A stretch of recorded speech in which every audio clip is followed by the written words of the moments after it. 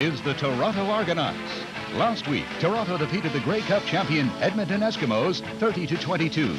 Toronto quarterback Conrad Holloway connects with wide receiver Terry Greer for his second TD reception of the year and Toronto's third victory of the season. Toronto's in first place in the Eastern Division, 3 points ahead of the Hamilton Tiger Cats, who'll be looking to burst the Toronto bubble tonight.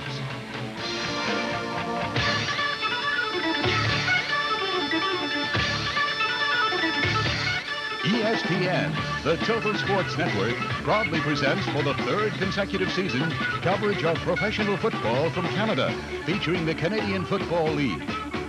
From Iberwin Stadium in Hamilton, Ontario, it's the Toronto Argonauts versus the Hamilton Tiger Cats.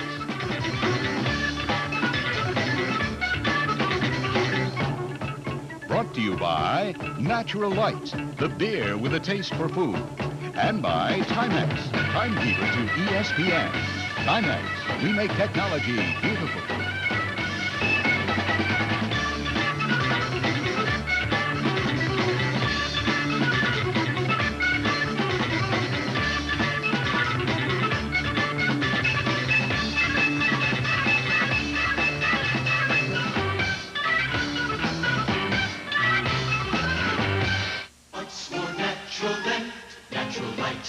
When the feast runs deep, fresh and flavorful, what's more natural than Natural Light beer? Ah, Natural Light from Anheuser-Busch, the beer with a taste for food. Just naturally right with all those good things from the sea you love to eat. So when you've really put something into a meal, what's more natural than Natural Light?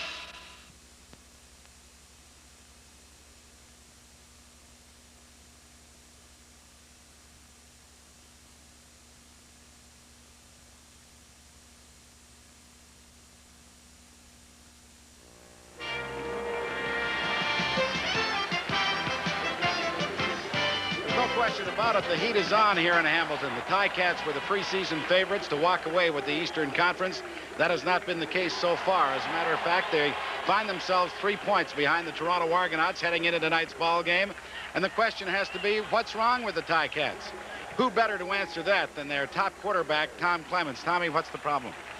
Well, the problem is offensively. Our defense has been playing very good football, and our offense has been moving the ball. It's frustrating that we're the top yardage gainer in the league, and we've lost 3 games, and we haven't been able to get the ball in the end zone. I think the main problem is we've just been making too many mistakes, too many turnovers. That includes interceptions, fumbles, and we're getting critical penalties at the wrong time and just breaking assignments at the wrong time. And if you continually do these things, you're not going to get the sustained drives that you need and get the ball in the end zone, and that's been the problem. Well, that's what happened recently. What's going to happen tonight? How do you plan to attack the Argos? Well, the Argonauts have been playing very well defensively. They employ 6 defensive backs most of the time, especially the last 2 games. And they like to blitz a lot and put a lot of pressure on the quarterback. So we plan to roll out a little more than usual and hit some quicker passes against them and not let them put us in a bad position on second down. We think it's very important to get positive yardage on first down so that we have a second and short situation where we can run the ball or throw the ball. And against 6 defensive backs, if we get in that situation, the run should be fairly effective. Tommy, good luck to you. And right now, let's go over to Leif Pettersson. Well, the Toronto Argonauts have won 3 games in a row, and although the offense has come up with a big play, the story to their success has been tough defense, and nobody's played better than number 31, Zach Henderson, who anchors that defensive secondary. And Zach, I wonder how you're going to defense that potent Hamilton Tiger Cat offense this evening. Well, I think the important thing is, and probably the key to the game, is how we contain Tom Clements, and we're not going to be able to let him scramble around in the backfield and complete those patterns on the broken plays. And also, we're going to have to get some pressure on him because, you know, if we don't get pressure on Tom, he just sit back there and, you know, he's an excellent quarterback and he'll complete a lot of passes against us. Zach, quickly, why are the 1982 Argos so much better? Well, I think we have a young ball club, and I guess the most important thing is our desire to win. We want to compete and want to be competitive, and we want to win a lot of games. Zach, good luck tonight. Thanks, Lee. There is no question this is the most exciting ball game we've had between the Argos and the Hamilton Ticats in a long, long time. But here it is, Friday the 13th. On top of that, we have a situation, of course, whereby the Hamilton Tiger Cats in games against the Argos at their home park, Ivor Stadium, have allowed the Argos to win only twice in the last 12 years. Maybe that's why the odds makers have decided that Hamilton should be 4-point favorites. Personally, I'm very surprised. Here are the Cats coming into this game, and they have been having trouble. They got upset by Montreal. Here's Toronto coming in after the biggest win that they've had in many a year over the Edmonton Eskimos, and the Argonauts in first place, 3 points ahead. Despite that, the Argos are underdogs by 4, and the reason is Ivor Stadium. But I'll tell you, as Conrad Holloway, the quarterback of the Argos, told me, he said, you know, Bill, he said, the difference this year with the Argos is you tell the young kids about the problems they'll have at Ivor Stadium, and you know what they say? Ivor Stadium, where's that? They don't know about the Argo Pass, all of the problems over the years. And now we're going to our national anthem.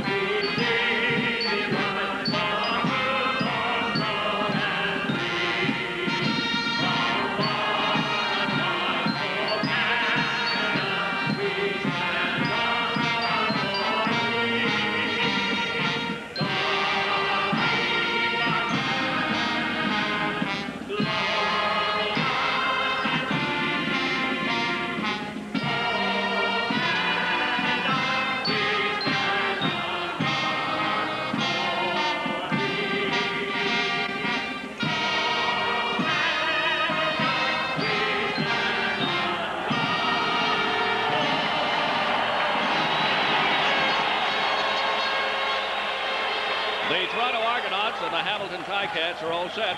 We'll have the opening kickoff in just a moment.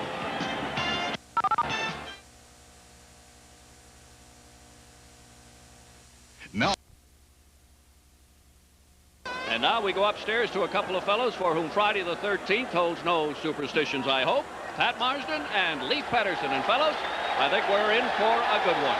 Well, I can assure you we're in for a noisy one anyway, Bill. Bernie Ruoff is set. Cedric Mitter, John Lowe, and Terry Greer are deep. And this will be John Lowe from his 2-yard line.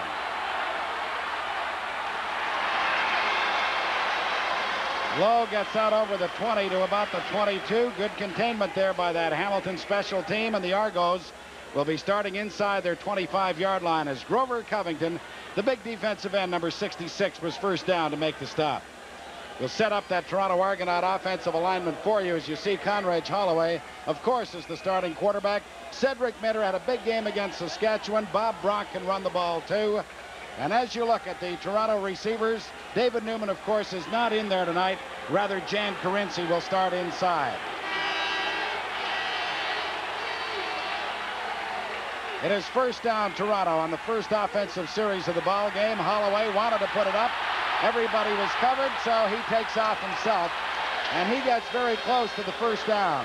Carm Cartieri was there to pin him, but Conrad will have close to a 10-yard gain.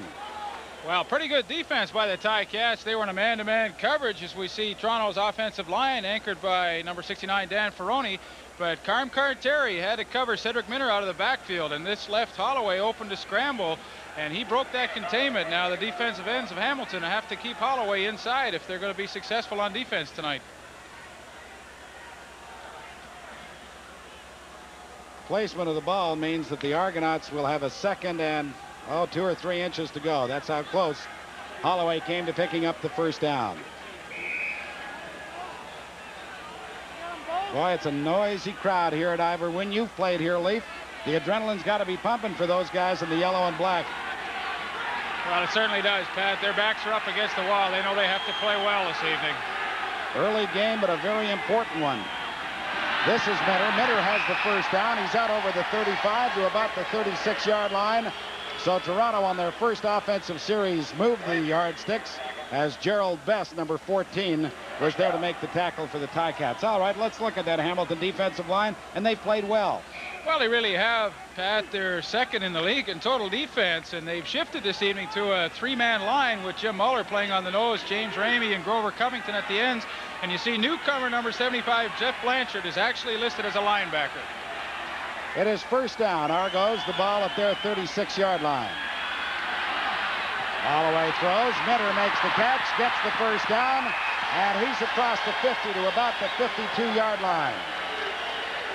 Vernon Paul, the cornerback, number 27 on that side, was there to make the tackle along with Joe Kuklo, number 21, but not before Minter had picked up 16 yards. Part of that run-and-shoot offense, Conridge Holloway dumping the ball off to Cedric Minter, and the newcomer, number 75, Jeff Blanchard. Jeff Blanchard, that's right, has him in man-to-man coverage, and I'll tell you, that's a lot of pressure on the young rookie to cover Cedric Minter one-on-one. First down, Toronto. The ball at their 52-yard line. Back-to-back first downs for the Argos. Pearson makes the reception. He has another first down.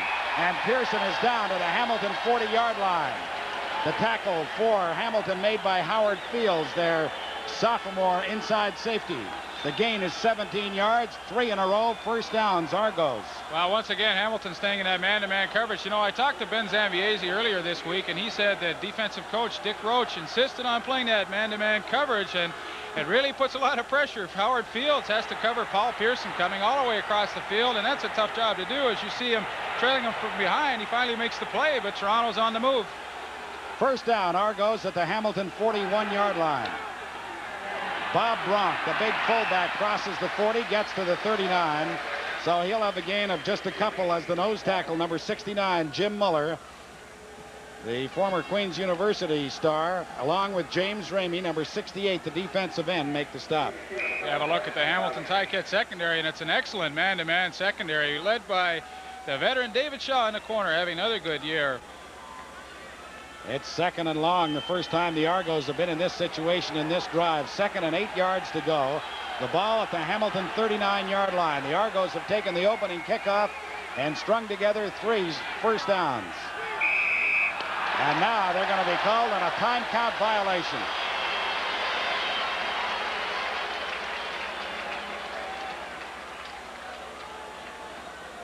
Here's the call from referee Lauren Woods.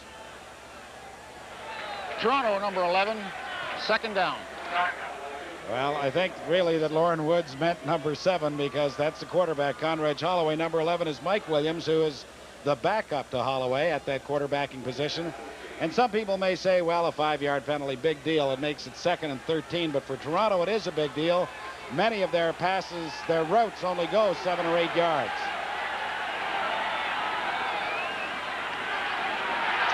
Pressure on Holloway, but he got away from it.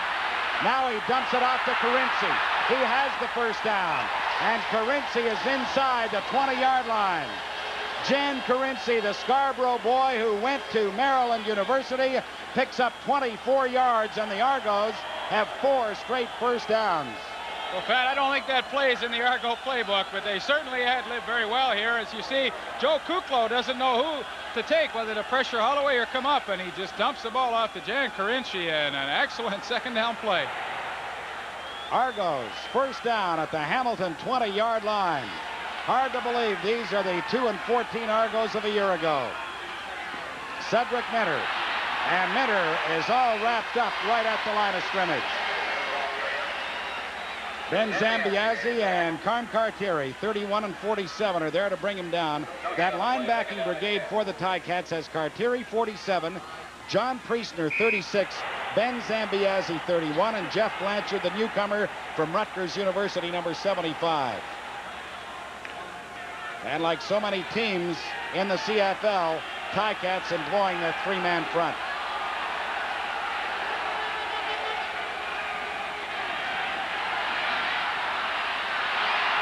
Holloway pumped once, could not find Terry Greer open, tried to release it to Cedric Minter, and the ball sails out of bounds. Well, credit that incompletion to Leroy Paul on the corner. He did an outstanding job covering Terry Greer on the post pattern. That forced Conrad Holloway to try and dump the ball off, but the incompletion now brings on the Big Z. Zenon Andrew Session. We get a chance to see Terry Greer here, and Leroy Paul does an excellent job on the coverage, man-to-man coverage. Despite the fact that the drive stalled, Bob Obilovich has to be delighted. Mouse Davis, the offensive coordinator, too, as Andrew Sission's field goal is wide.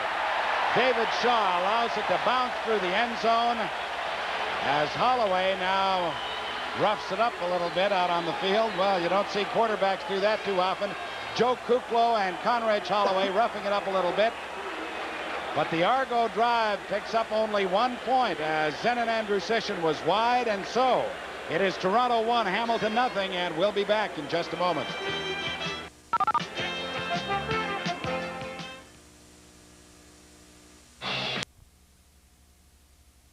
Cats dodged a bullet on that one, a 67-yard drive, and all the Argos got out of it was a single point. First down, Ticats, the first time they've had the ball tonight. Starting from their 35-yard line. Clements is going to put it up. Does. It is complete to Ron Johnson. And Johnson is upended by Don Rose, but a big play to the wide receiver from Long Beach State, number 73. Ron Johnson, good for 24 yards.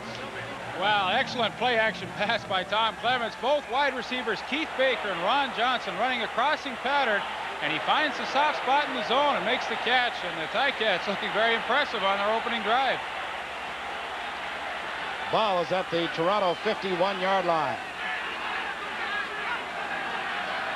The toss is to Obi Graves, his first carry back as a member of the Ticats. And Graves gets into about the 47-yard line before Jeff Gabrielson, number 72, and Rick Moore, the defensive player of the week last week, number 76, make the tackle. The gain will be about 4 yards, make it 2nd and 6 Ticats. Well, we have a chance to see the Hamilton Tiger Cat backfield, and number 23, Rocky DiPietro, as I mentioned in the top of the show, leading the league in pass receiving with 31 catches. DiPietro and Rick House, to me, two of the great receivers in the game, both Canadians, of course. As Clements rolls out of there, fires, Johnson makes the catch. A pretty play.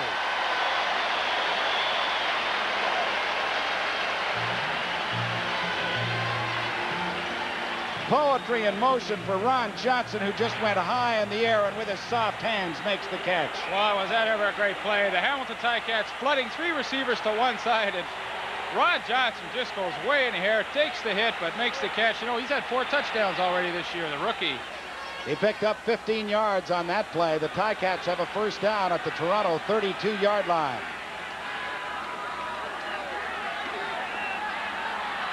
Clemens fires. DiPietro makes the catch and slips the tackle. And is inside the 20 to the 19-yard line. Leo Gray missed the tackle. Steve Aykroyd finally made it. But DiPietro was able to shake free of Gray and pick up 13 yards on Friday the 13th. Well, you know, that's a favorite play of Tom Clements, just to slip DiPietro straight out in the flat.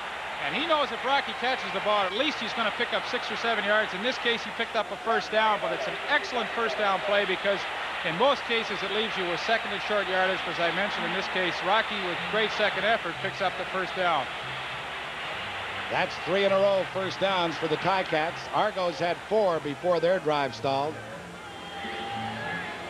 Appears that Mark Braganola a little shaken up on the play. Ray Jones and his training assistant Jeff Howe to have a look. Mark, of course, started with the Toronto Argonauts, then to Winnipeg, then here. You know, Tommy Clements told me this week that it was so important for a team that's struggling to get off to a good start in a ball game of this importance, and they've certainly done that. Pat, they've come out and they've marched it right down the field, looked extremely impressive. Well, as we see Mark getting up to his feet, that's a good sign because he does have a floating bone chip in his knee, but fortunately that apparently is not the injury. It's Toronto 1, Hamilton nothing. We'll be back in just a moment.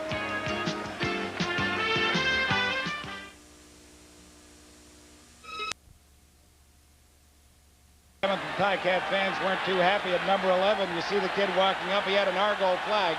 But the Ticats are happy because they've got a first down inside the Argonaut 20-yard line. Flag comes down as Obi Graves, the ball carrier, gets a couple to about the 18-yard line. See what that flag's all about. Offside, Toronto is the early indication. Here's the call from Lorne Woods. Offside. Toronto 64. First down repeated. Leon Lescavage was offside, number 64. It'll be first down, 5 yards to go. Hamilton. And for those of you who may have suspected that the Ticats were dead, don't believe it. They have looked impressive in this opening drive. With 6 minutes and 54 seconds left to play in this opening quarter, the Ticats trail 1-0, but they're on the move. The toss again goes to Albie Graves, but Rick Moore, number 76, hopped on his back and contained him to about a 2-yard advance. Good defense by number 76, Rick Moore. He fought off the block of the right tackle, Marv Alamang, and made a good stop on Albie Graves. This is where it gets tough, to where the Ticats have had all their trouble this season, is when they get down inside that 20-yard line, moving the football. The Argo front four is Rusty Olson, 79, Leon Lescavage, 64, Earl Wilson, 58, and Rick Moore, 76, and they have been tough. This is Albie Graves again. And Graves drops the ball. The Argos have recovered. Well, wait a sec. No, the Cats get it back. About 6 or 7 different players had a shot at it.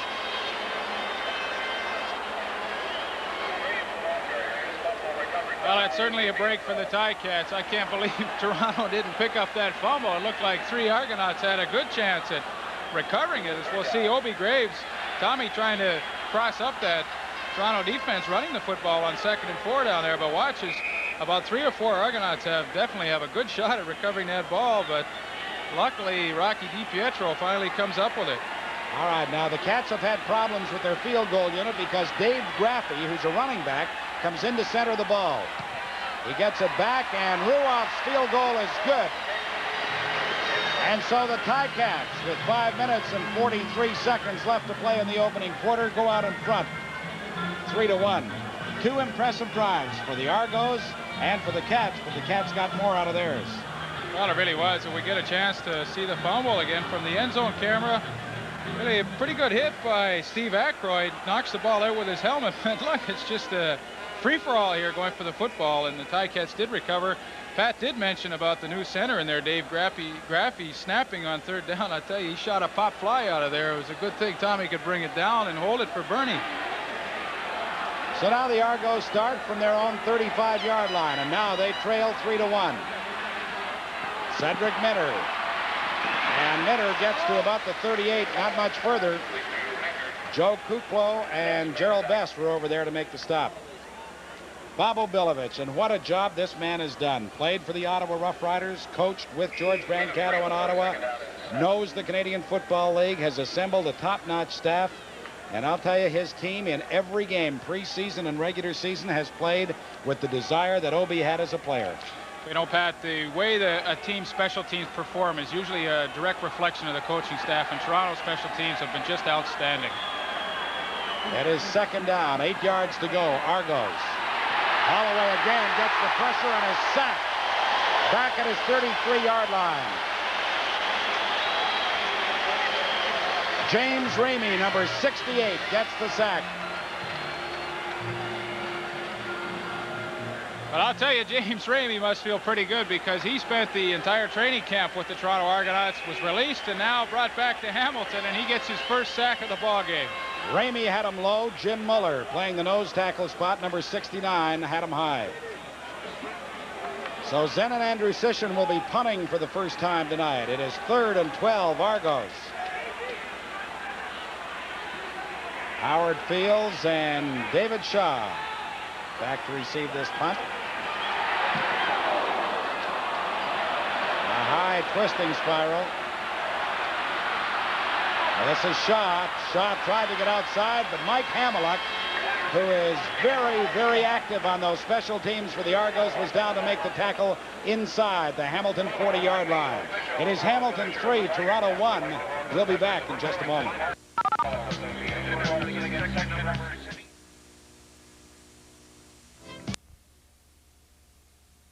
Argonauts, 1992 maybe, that young fellow. That's what he's dreaming right now. But the Hamilton fans are excited. The Ticats have the ball inside their 40-yard line on 1st down. The pass is complete to Baker. And Baker will have about 8 yards. JoJo Heath, number 24, the newcomer from the University of Pittsburgh, who, like all of that Argos secondary, have played so well in the 5 games to this point, was there to make the tackle. Well, you know what the key for the Toronto secondary has been in their last 3 wins is they haven't given up the big play. They've kept everything. All the defensive backs have kept the receivers in front of them, just as JoJo Heath did on that play. Let Baker have the 8-yard out and then came up and made the tackle. But, of course, the secret to their defense has been not to give up that big play. Mind you, as Tommy Clements said, we want to pick up sizable yardage on first down, and then we have the option of run or pass on second. He throws, and it's complete. There to make the catch for the Ticats is Obi Graves, number 25. Zach Henderson, the league-leading tackler on the Argonauts with 25.5 tackles, is there to bring him down. Well, Obi Graves out of the backfield. He's playing because Kyle Stevens hurt his knee last week and picks up his first catch this evening. Obi, of course, started here in Hamilton, then went to the Winnipeg Blue Bombers. This is his first game back. As the Ticats now have the ball inside the Toronto 50, first down. Good block by Graves. The pass intended for Baker was broken up by Don Rose. But Obi, I'll tell you, laid a heck of a block to allow Clements to get that ball away. Obi laid a heck of a block, and he's feeling it. He's still down, but this man right here, Don Rose, could have easily had an interception. Just an excellent defensive play as he steps in front of Keith Baker. You know, on the previous series, they ran that same play and threw DiPietro out in the flat. This time they tried to get Baker, and Don Rose was ready for it. Maybe that's why he was the CFL Player of the Week last week. Probably the reason. 2nd and 10, Hamilton. The ball at the Argo 49-yard line. The Cats lead it 3-1 late in the first quarter. Clemens throws. Baker makes the catch after bobbling it momentarily, but he should have the first down. He'll be very close to it.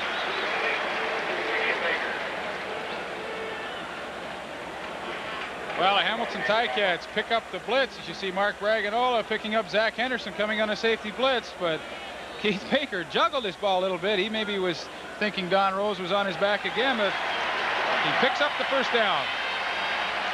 Rose and Aykroyd were there to make the stop, but it is another Hamilton first down with 1 minute and 50 seconds left to play in the opening quarter. A packed house at Ivor Wynn, and boy, are they vocal tonight. They're up for this one. So are the Ticats, obviously. They have 2 wins, 3 losses so far this season. Obi Graves, the ball carrier, and he hits off tackle to about the 34-yard line. I don't know if this has anything to do with it, Pat, the exuberance of the fans that you were talking about, but for fans across the country, we should tell you that for the first time at Ivor Wynn Stadium, they are now selling beer. It has started in Ontario at 3 different locations for sporting events, Lansdowne Park in Ottawa, the CNE Exhibition Stadium, Toronto, and here. And the fans tell me their big complaint now is the lineups are so long they can't get near the place. The gain was 4 yards. It is 2nd and 6 as the minute flag comes up. Clemens throws. It is picked off by Darrell Wilson. And they rule no interception. They rule that when Wilson went down, the ball came out. Well, I hope we get a second look at that. It looked like a pretty good catch from here, but nevertheless, it just shows you what kind of ball hawks those Toronto Argonauts have in their defensive secondary. Once again, Ron Johnson high in the air, but JoJo Heath in with the tackle. Now Rocky, that's true, definitely a good call by the officials. When DiPietro tackled Darrell Wilson, the ball did come loose. So the Ticats will try their second field goal of the ball game. Quarterback Tom Clements will spot it at the 41.5-yard line. Ruoff is good again.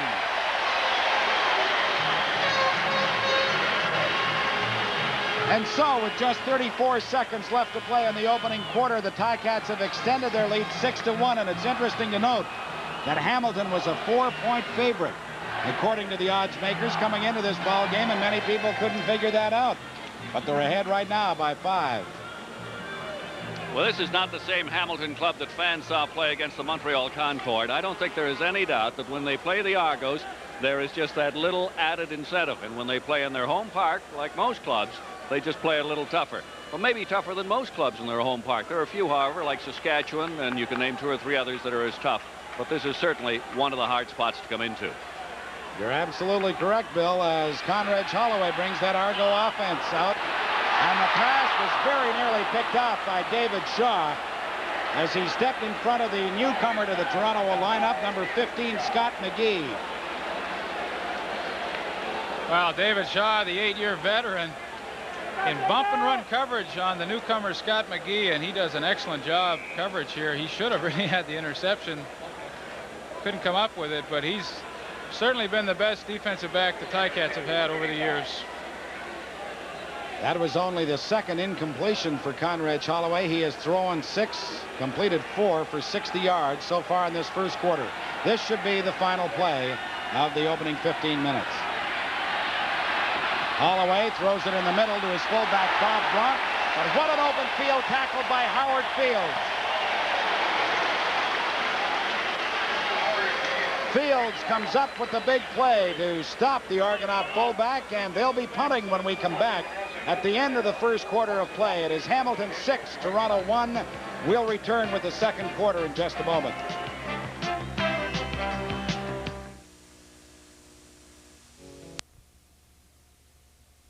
Ticat fan in Hamilton right now. They lead it 6-1, and the Argos are forced to punt as we open the second quarter of play. But now Zenon Andrusichin will have the wind at his back as David Shaw, 37, and Howard Fields, 16, await deep. And it's a beauty. Shaw takes it at his 17-yard line. And then is forced out as he gets to about the 24.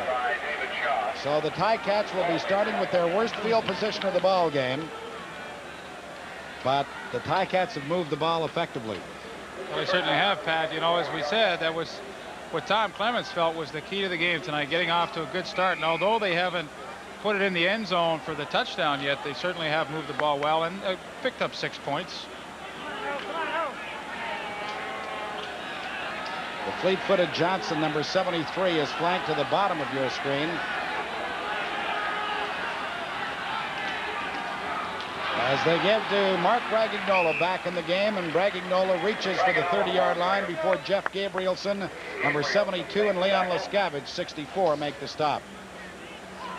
Well, Toronto once again this week going with a 4-man defensive line, and very difficult for the Hamilton Ticats to run the football against this, and especially with John Pointer and Jeff Gabrielson in behind at the linebacking spots. They're 2 excellent linebackers. The gain was 5. It is 2nd and 5. Ticats at their 29-yard line. Clemens' pass is complete to Baker. Now, what position on the field will they give him? They give him the 35-yard line, and that'll be enough for the first down.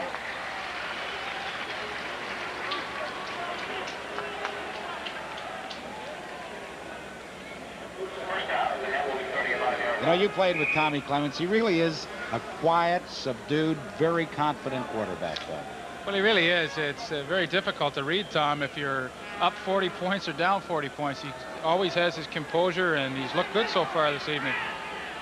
First down, Ticats from their 35. Obi Graves on the draw.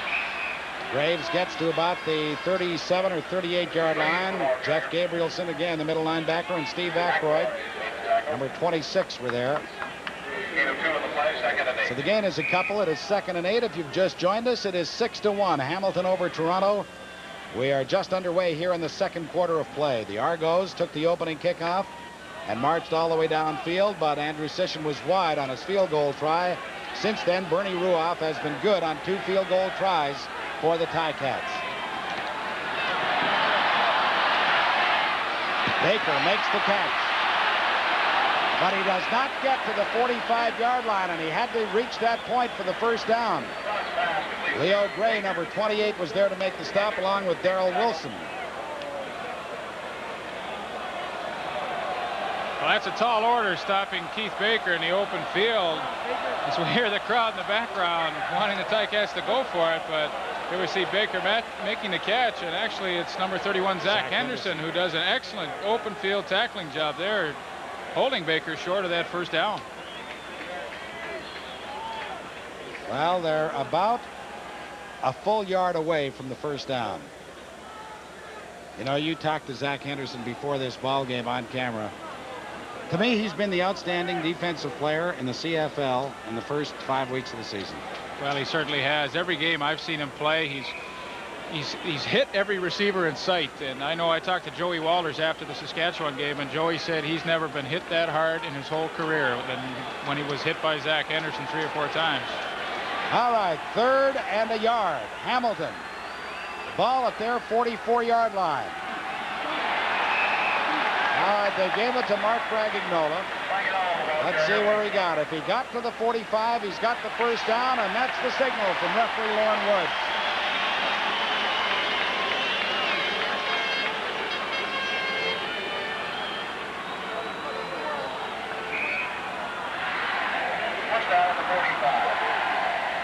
Well, you know, under normal circumstances, I would have said that was a safe gamble. But, you know, last week against Montreal, they turned the ball over twice on downs. But nevertheless, they did pick up that first down. So from their 45-yard line, the Ticats begin again. Clemens throws. Baker could not make the catch. The ball was there. Well, it was there, and Tommy sure took a good shot from number 64, Leon Leskevich, as we see on the replay here. You just wonder. I know that Clements' line hasn't given him that much protection this year, but you wonder how long he can take this kind of punishment. There's a penalty call. So the Argos accept the penalty. Make it 1st and 20. Ticats back at their 35-yard line.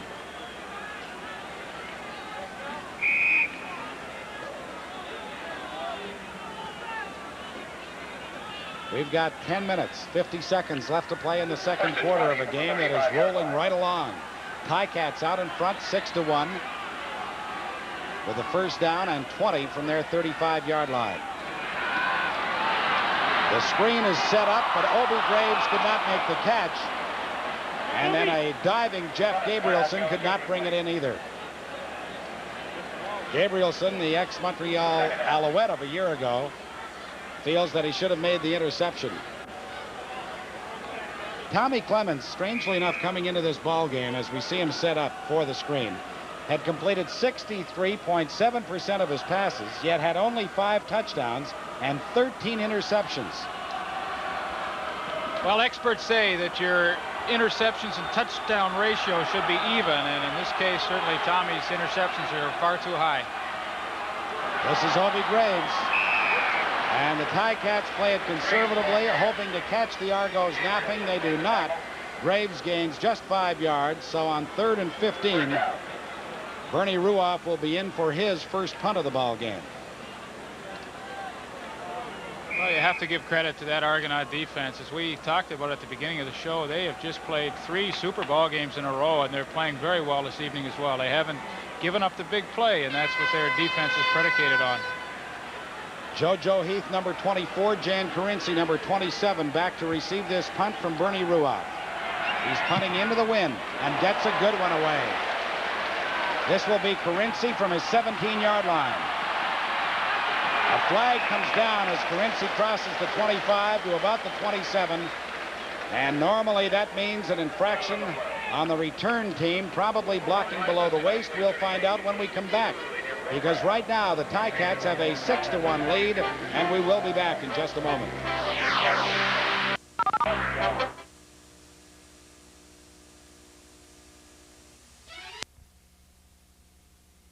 Bernie Ruoff, plus the penalty for blocking below the waist, and the Argos are hemmed in at their 12-yard line.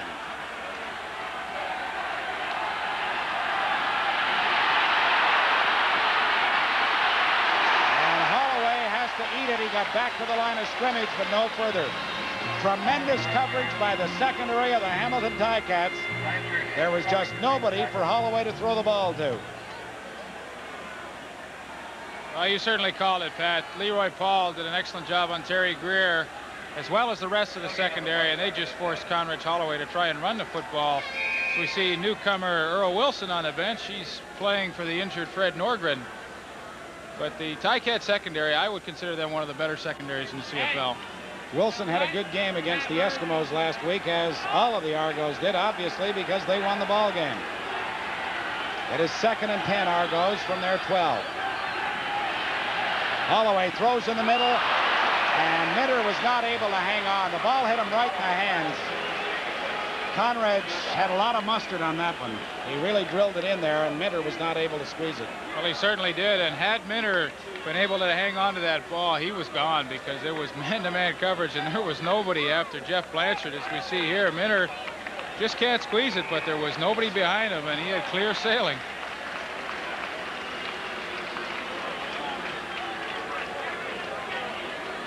So Zenon Andrusician will be punting again.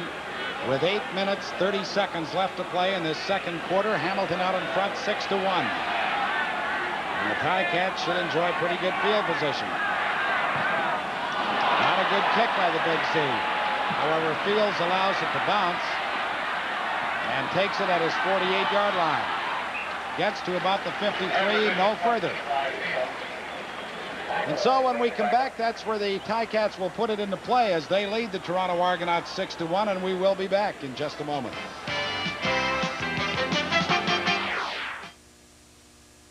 I'm Johnny Bench.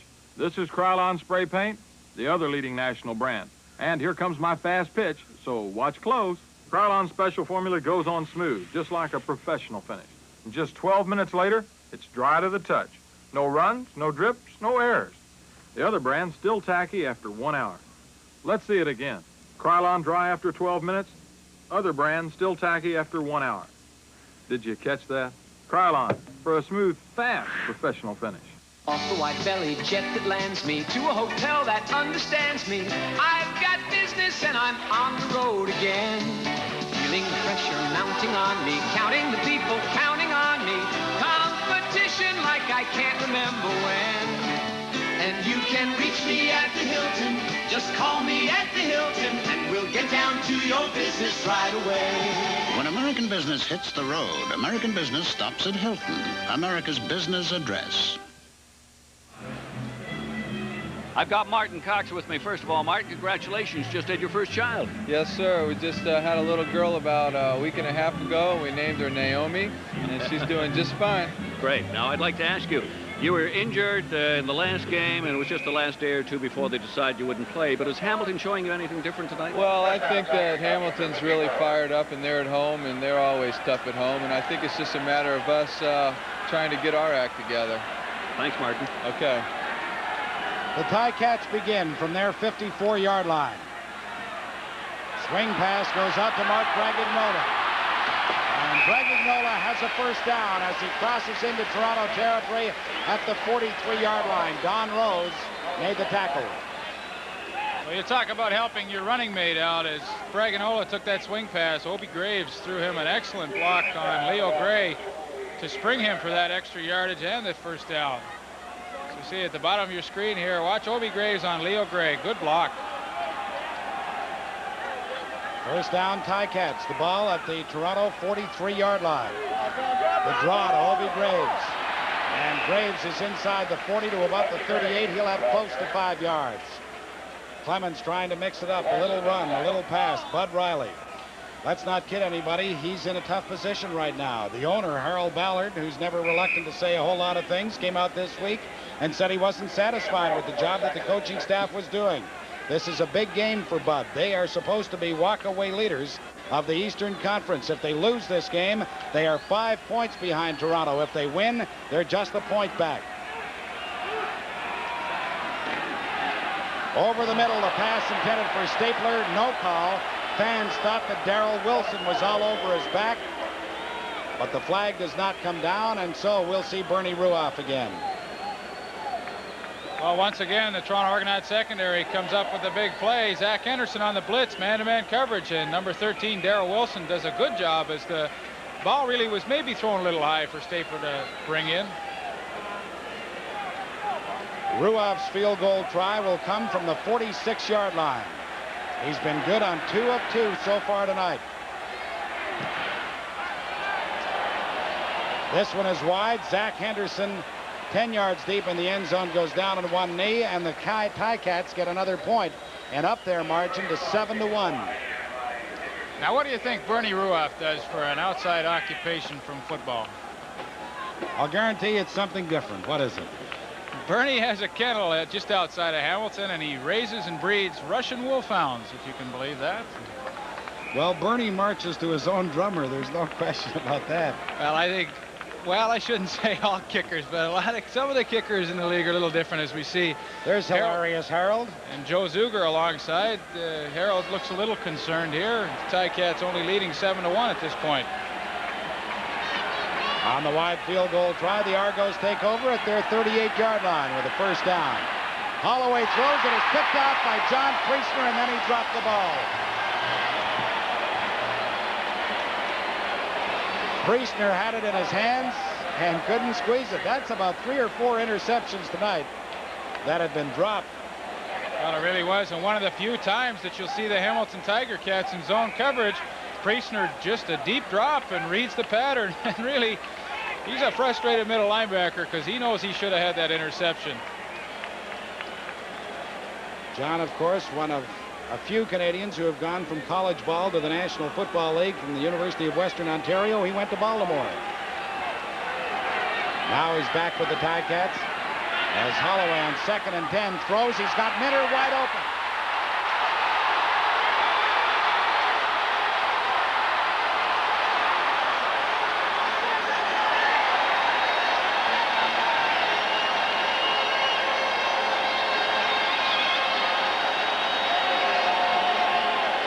The Boise State All-American Cedric Minter is inside the Hamilton 20-yard line. Finally tackled by Ben Zambiazzi, but he gains 53 yards. Well, a mix-up in the Hamilton Ticat secondary is. Looks like Carm Carteri should have had Cedric Minter in there, but that's the beauty of that run-and-shoot offense. You isolate all your receivers across the field one-on-one, and this time Minter was the winner as he's deep downfield, and the Argos are on the move.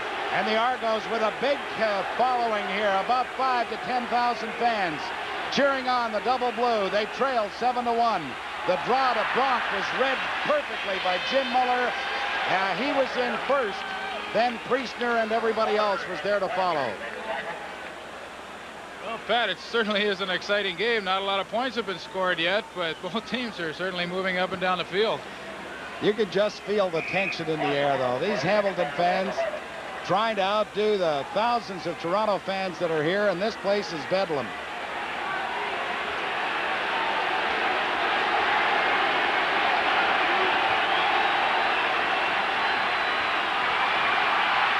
Holloway over the middle for Minter again. No good. Alex Ponton brought out a very important point, though. Minter has dropped a couple of passes, but he's looking back into the sun at this time of the night. The sun setting in the west is right in Minter's eyes. Let me tell you, Pat, you're absolutely right. That sun is very low, and that is when it's really the worst. About 5 more minutes and it'll be gone.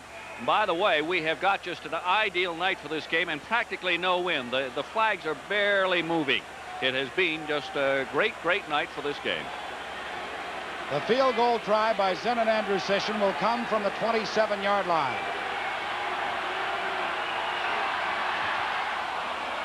And it is good. And so, with 3 minutes and 31 seconds left to play in the first half, the score is Hamilton 7, Toronto 4. We'll be back in just a moment.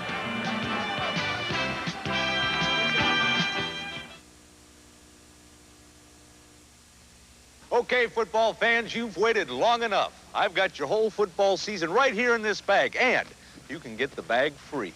The season of '82 begins with Sports Illustrated's new college and pro football preview, their biggest preview issue ever, covering all conferences, all divisions. 120 pages, 40 pages of scouting reports. It's the football year to come in full color. And it's followed by week after week of football, as only Sports Illustrated can deliver it. Call toll-free 1-800-621-4300 for 25 issues, including the football preview for just $19.75. That's only 79 cents an issue, nearly half off the cover price. Call now, and you'll also get the sports bag free with your paid subscription. Hey, this is the biggest football offer Sports Illustrated's ever made. So call now and get it all. 1-800-621-4300. Tell them Rocky sent you. Well, once again, we get a chance to see that great reception by Cedric Minter as he outruns the Hamilton secondary and all over the field, but the Toronto Argonauts could only come out of that with 3 points. So now the Ticats. The pass is complete to Baker. And Baker has a first down and more as he shows you the determination that the Ticats have displayed all game. Finally brought down by Leo Gray, just a little hitch pass. Tommy took one step back, fired it to his wide receiver, and Baker did most of it on his own. Well, from ground level, just a quick screen to the wide receiver, Keith Baker, and he gets Marv Alamang out in front and number 54, Ross Francis, and I'll tell you, he's an exciting player to watch. Baker, he makes things happen, and he, at any time when he gets his hands on that football, he can go all the way. Well, the gain was 18 yards, and when we come back, the Ticats will have a first down, leading it 7-4, and we'll be back in just a moment.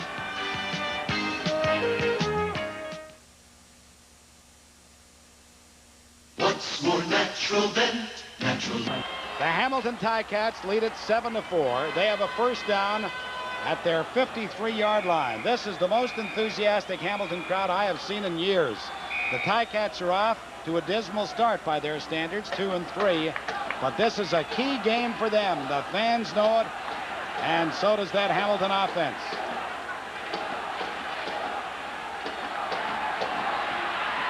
Clemens swings it out to Mark Bragignola. And Bragignola will be close to a first down. He'll probably gain about 9 yards. A lot of folks in on the tackle. John Pointer, Jeff Gabrielson, Steve Aykroyd. And now we're under 3 minutes. 2 minutes, 45 seconds left to play in this second quarter. Boy, it has moved right along. If it keeps going at this pace, we'll have the longest post-game show in the history of television. We'll interview ushers, the guy who's operating the crane, everybody. All we'll need is Harold Ballard. Second down, a yard to go. Hamilton, the ball at the Toronto 48-yard line. Argos appeared to be offside, but I don't see any flags.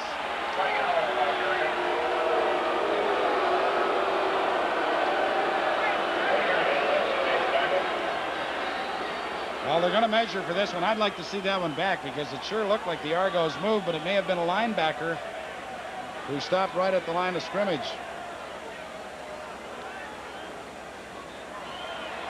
And as you see, the Ticats are still a half-yard short. Well, you know, the Ticats have just had an awful time picking up those second and short, third and shorts, as we see. Looked like a little movement there by... Well, Pointer was definitely at least a foot offside. Certainly did. All right, a big play now for both the Ticats and the Argos. Third down. I say Tommy keeps it himself. He does, and he's got the first down. Tommy Clemens gives the Ticats the first down. I could tell the way he walked up to the line of scrimmage. That's a nice call there, Coach. Thank you, thank you. Good. You know, as we look back at the end of the game to our Panasonic play of the game, we'll certainly have to consider that long pass reception by Cedric Minter. Although they didn't cash in on a major score, he certainly set up a much-needed 3 points at the time, so possibly that could be our Panasonic play of the game. Or maybe the play that's coming up right now, because the Ticats have a first down at the Toronto 46-yard line. 1:55 left to play in the first half.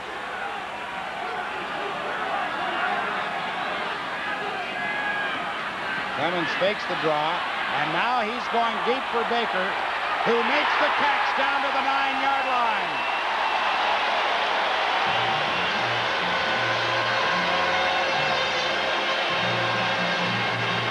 What a throw, what a catch. Well, as I said before, Keith Baker is the big play man of the Hamilton Ticat offense, and Tommy Clemens had been throwing those short out patterns. This time it was an out and up, and Baker just does an excellent job adjusting to the football, taking it all the way down to the 9-yard line. 6 catches for Keith Baker tonight, 86 yards. First and touchdown to go, Ticats at the Toronto 9-yard line.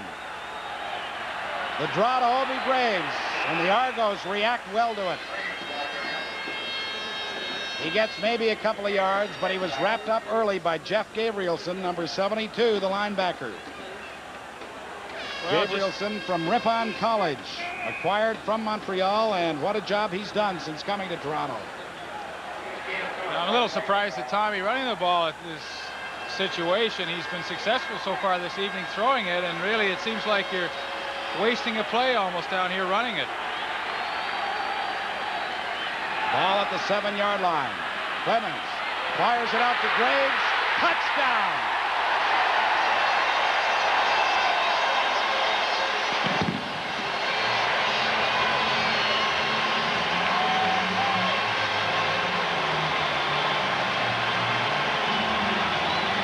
Obi Graves comes back to his old stomping grounds and scores the first touchdown of this ball game. And you can hear the crowd. They're calling Obi, Obi. They really like Obi Graves here at Hamilton, and they're glad to have him back.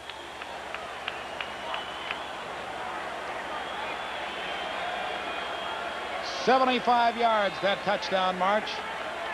As Bernie Ruoff will try to make it a 14-4 ball game, and he does.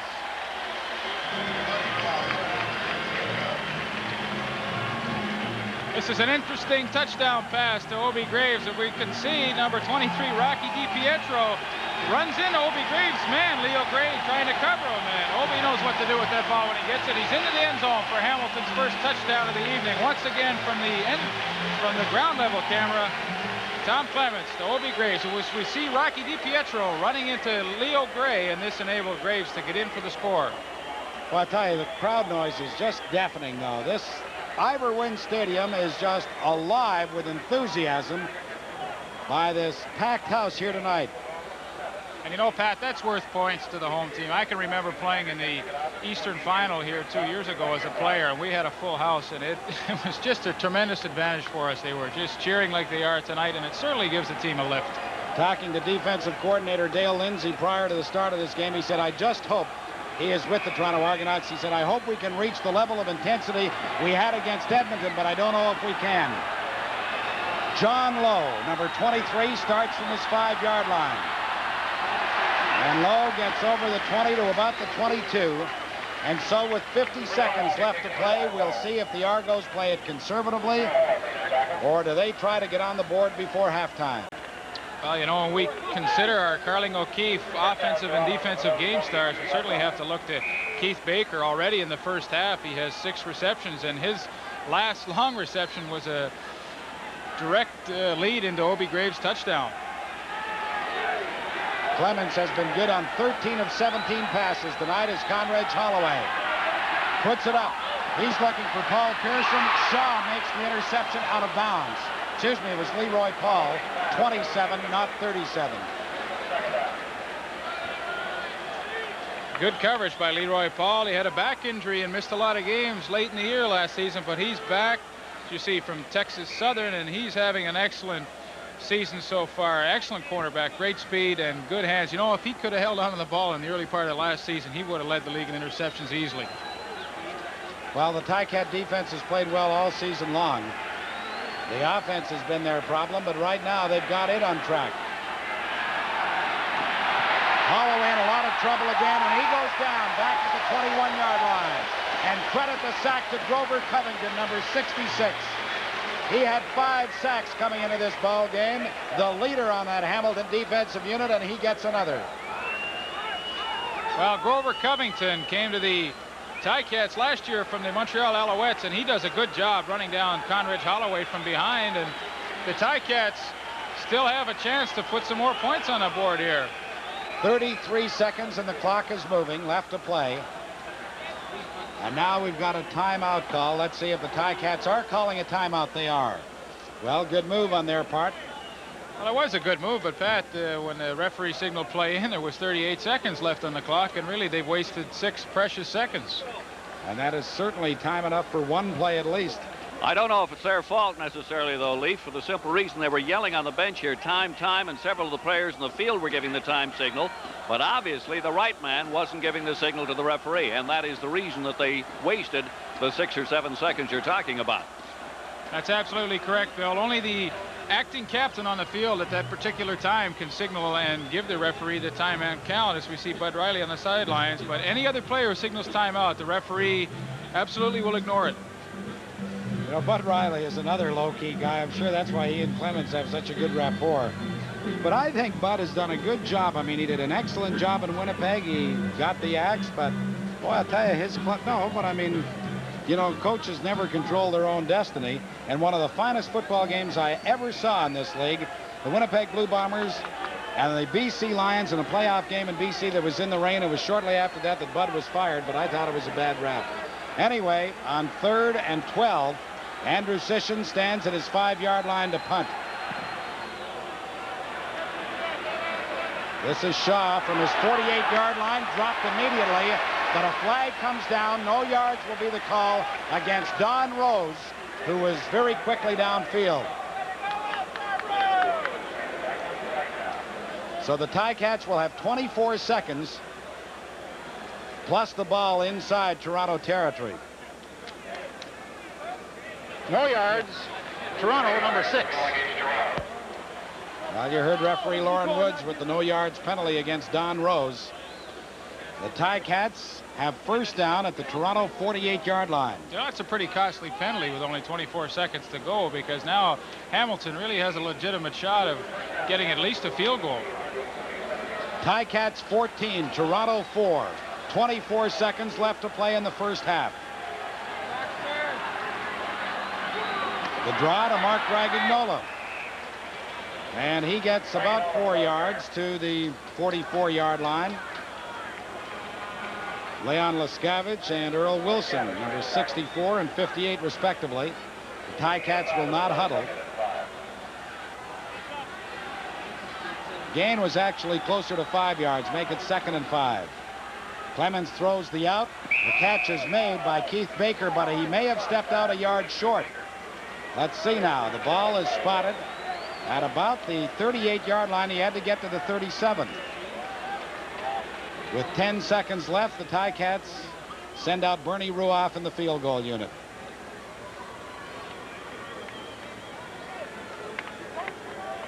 Well, they've called for a measurement, but really it's of no consequence. As Pat mentioned, Bud Riley is not taking any chances with 10 seconds left. He sent his field goal team in. Except that it is a first down. So now what happens? They've got 10 seconds. They could certainly throw a pass. I don't think Bud Riley will take a chance with a 14-4 lead. I'm sure he'd just as soon settle for 3 points. You're absolutely right. He's not even thinking about it. Arms folded. He's just looking out at this field goal attempt. Well, there should be time for one more play after this one. I'd have thrown the pass. Ruoff's field goal is good. So the Ticats get the 3 points, but 5 seconds remain on the clock.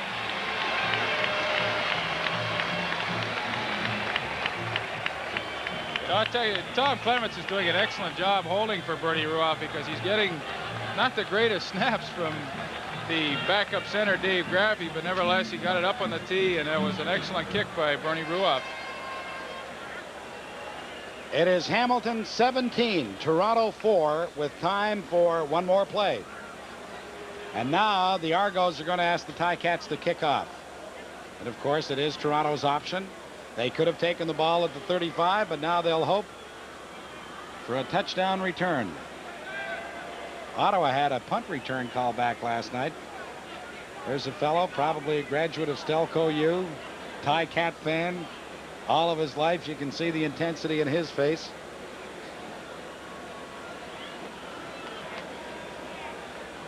Argos with their kickoff return huddle. They'll have Mitter back there, and they'll have Terry Greer too, but chances are that Bernie Ruoff will kick it to John Lowe. I have a feeling it won't even get that far.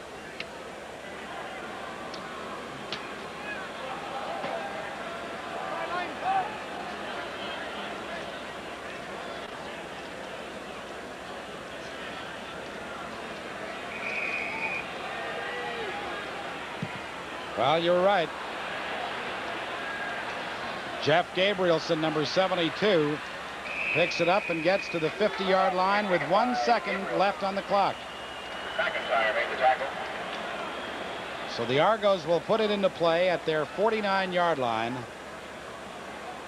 And what does Conridge do now? Throw it up for Terry Greer? I certainly would. I'd line up all my quickest receivers to one side of the field and throw it as far as I can, and one of three things could happen: a completion, a touchdown, or possibly an interference call.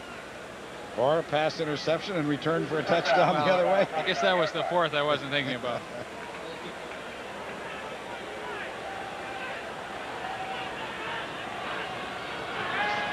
Well, they got the trips formation to the right. And it's a quick kick instead by Jan Carinci. And it's all onside. The Argos, Cedric Minter touches the ball, but it bounces into Howard Fields' hands. And Fields is finally down at the 28-yard line. The Argos, of course, are saying that all three of those receivers on that side were onside. The official is saying that Carinci was behind them when he kicked the ball. They throw the no yards flag down. And when they get it sorted out, I suspect that we may have one more play left.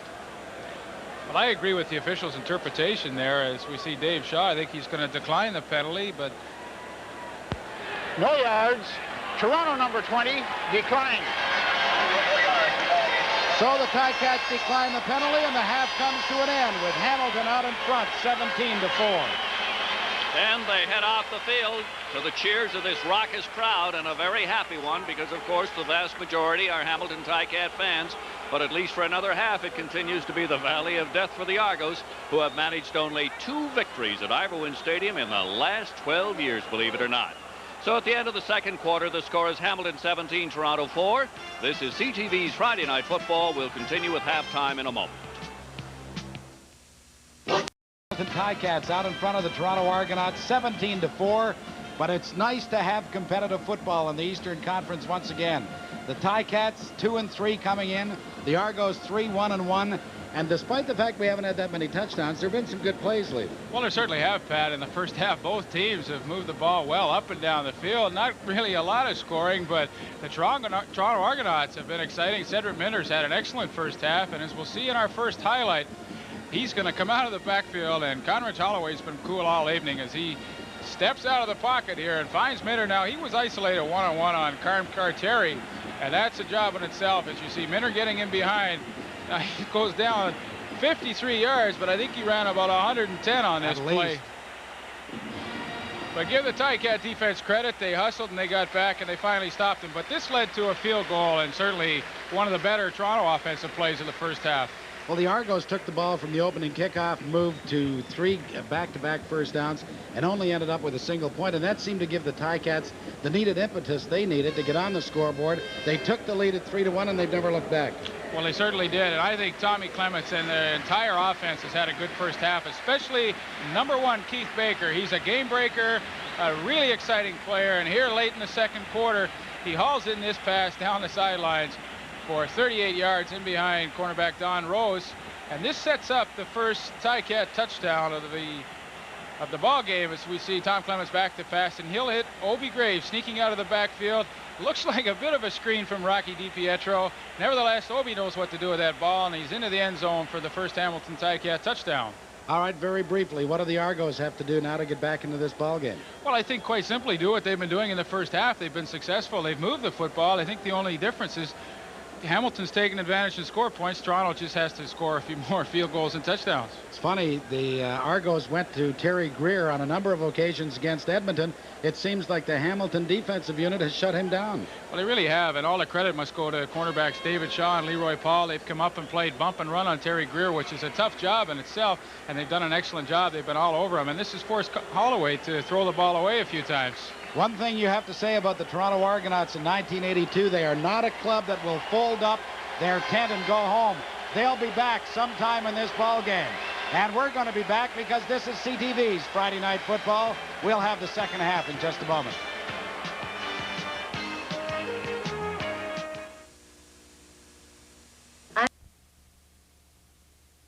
I've got Doug Rettel with me. Doug's the offensive guard and also center, and he snaps in the third down. But as you can see, Doug's out with a knee operation that took place just a week or so ago and really missed in that lineup.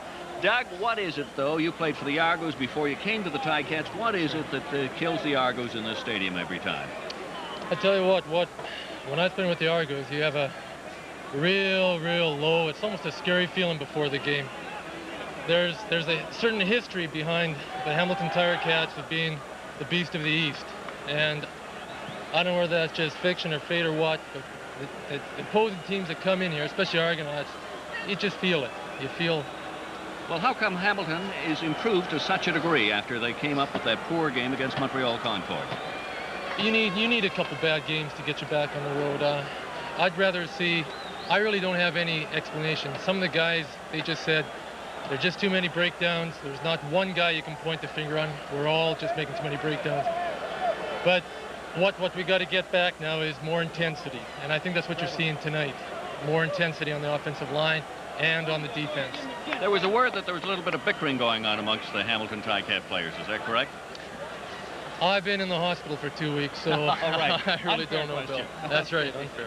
Doug, we hope you get back in a hurry. Thank you, Bill. Okay. Doug Rattle, who's on the injury list for the Hamilton Ticats. They're ready for the kickoff, Pat, so back up to you and Lee. Thank you, Bill. You see the statistical story of that first half. Tommy Clements and that Hamilton offense that has moved the ball well in all their games, but haven't been able to put it into the end zone. Finally did in that second quarter, and as a result, they have a 17-4 lead, and you see they certainly lead the statistical story as well. 212 to 123 in total yards. Toronto to kick off.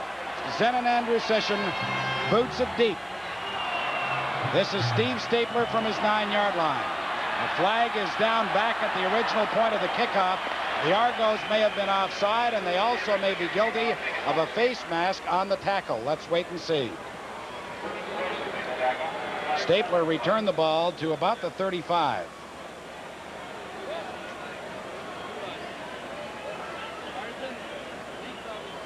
Referee Lauren Woods from Ottawa huddling with his staff, now talking it over with Zach Henderson.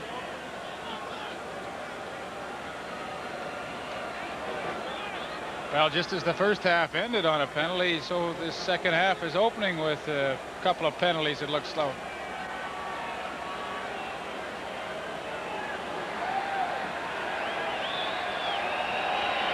Holding. Hamilton 75.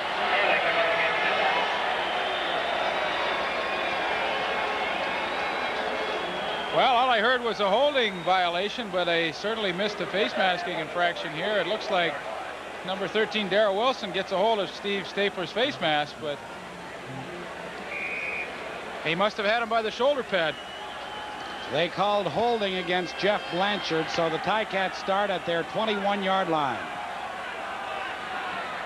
Argos are offside as the toss goes to Obie Graves, and Graves crosses the 25 to 26-yard line. They blew the whistle before Graves went down, and I think they wanted to stop the play immediately.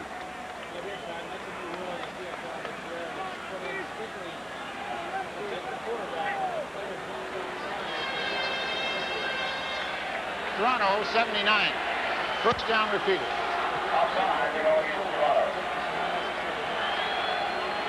Bud Riley watches as his Ticats accept the offside penalty against number 79, the right defensive end, Rusty Olson.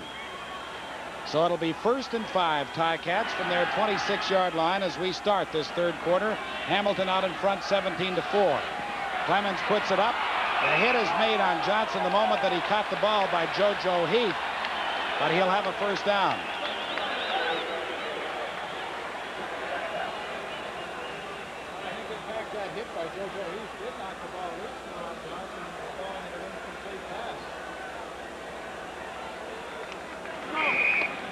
Well, they say it's incomplete. That's what it is. It is 2nd and 5.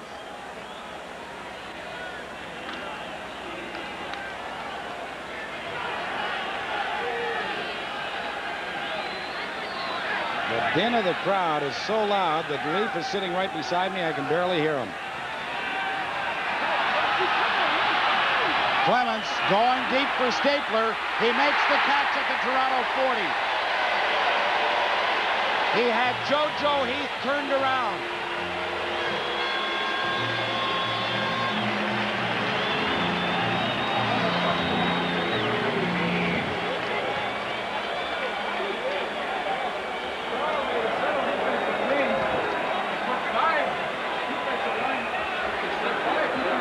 Into the ball game.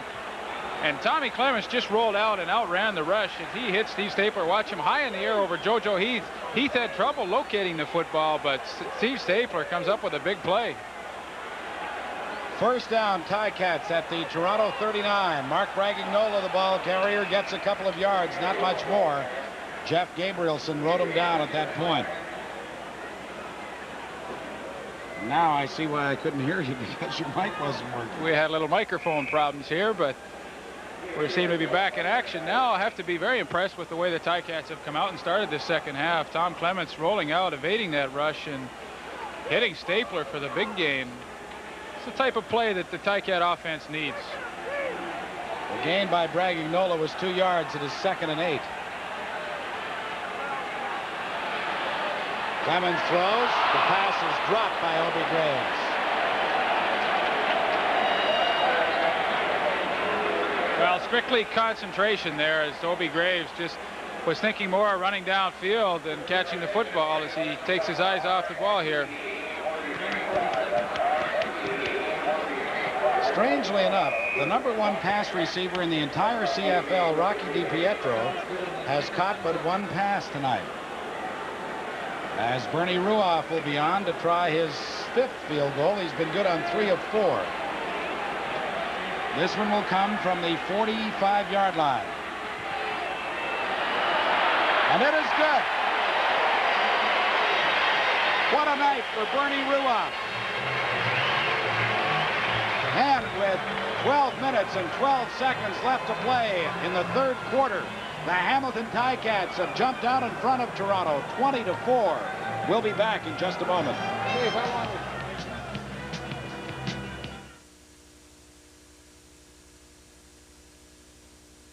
More natural than natural light. When one of the best meals in town is going down right in your own backyard, what's more natural than Natural Light beer? Ah, Natural Light from Anheuser-Busch. The beer with the taste for food. Just naturally right with all the good food you love to grill. So when the coals are hot... What's more natural than Natural Light?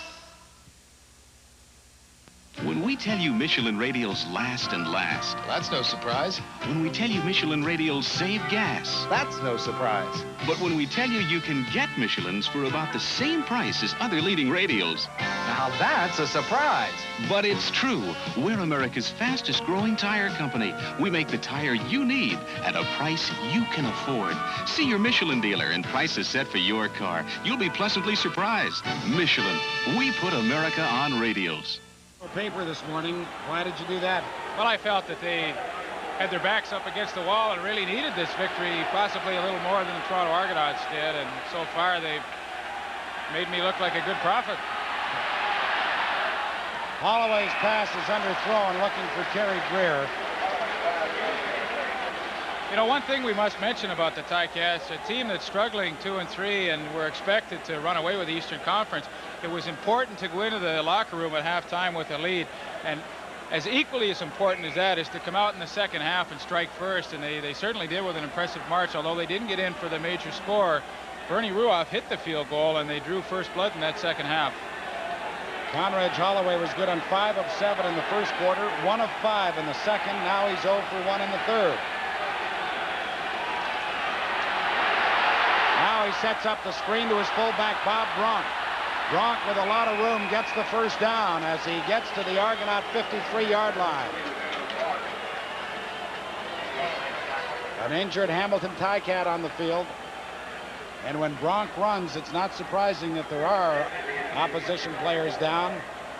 That looks like Ben Zambiazzi. It certainly is, and Ray Jones out having a look at him. Let's hope it's maybe just a wind knocked out of him. You know, Ray Jones, the Ticat trainer at one time, was the head trainer for Canada's national basketball team. Well, we've talked about Bob Bronk before. He's a 6-footer, goes 215 pounds. And let's watch him now, because I think this guy's going to be a star in this league. Well, you know, to run a successful screen, your offensive linemen have to be actors. And this time, they let the Hamilton defensive line feel that they had beaten their man and in on Holloway. And then he just dumped it off to Bob Bronk. And a very well executed screenplay by the Argonauts.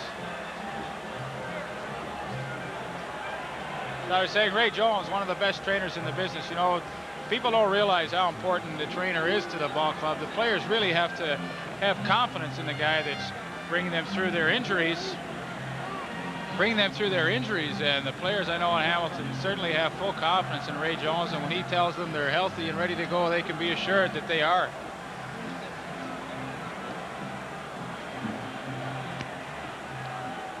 Well, that first down by Bob Bronk was only the 6th first down of the ball game for the Argos. The Ticats have 14. And as spotter Alex Ponton points out, it looks like a rib problem with Ben. Let's take a look at 31 here. Get a chance. It looks like offensive tackle number 63, John Malinowski, just accidentally kicks Zambiese, but he's up off the ground and looks like he's better. Let's go down to Bill Stevenson. Keith Baker, a man who's been doing a great job in that offense. What is it that's making it work so well, Keith? Well, as you can see, we're working both inside and out, and we're just spreading the defense pretty wide and taking what they're supposed to give us, and it's just working out fine so far. Thank you. Thank you. Holloway's pass is complete to Pearson, and he'll have another first down. Hauled down by Howard Fields, number 16. Now it appears as though they're going to mark it just about a yard short. Unless they bring the chains out, we're going to see now.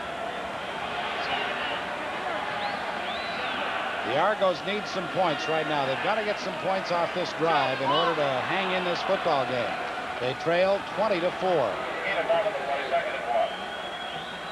Well, all year I've been waiting for that second and short situation for someone to go to the play action pass, and I'm not sure if we'll see it here, but one of these days one of the teams are going to do it for me. I don't think you're going to see it here because the give is to Cedric Minter, and he busts through there. Minter is all the way down to the 30-yard line. Joe Kuklo made the tackle for the Ticats, number 21.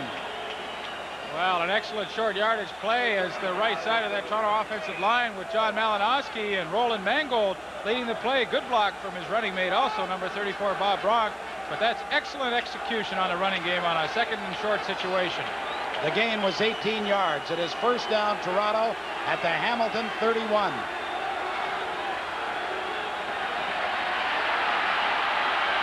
Holloway to Greer, makes the catch. And he's inside the 20 to about the 19. Another Toronto first down. The first catch of the ball game for last Saturday's hero, Terry Greer. Well, Conrad Holloway forced out of the pocket, and when this happens, all receivers are instructed to come and work back to the quarterback, and Terry Greer just does that. Goes high in the air, and boy, he takes a good hit from Grover Covington. First down Argos. They trail 20-4. 9.5 minutes left in the third quarter. Ball at the Hamilton 19-yard line. Look out, Conrads. Bob Bronk.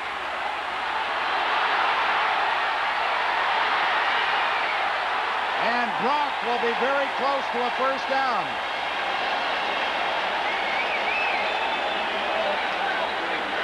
The rookie from Queens University has lots of power. Brought down by Gerald Best, 14, and Joe Kuklo, 21. Well, does this ever remind me of the Conrad Holloway of old? Eyes in the back of his head as he sees and feels that rush coming on him. Just dumps the ball off to Bob Bronk. Gets some good blocking from number 69, Dan Ferroni, but really a bad play turns out into an excellent play for the Argonauts. Argos, second and a yard to go. Give is to Minter. And Minter is upended short of the first down.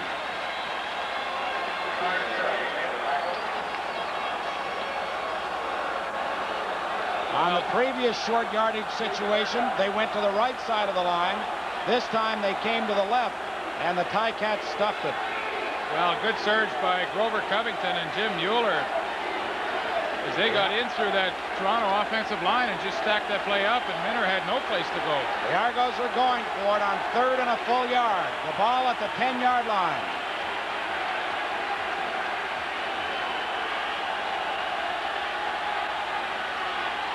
Minter again. He's got the first down, or does he?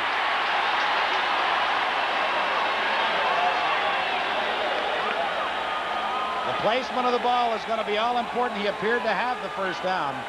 He was thrown back.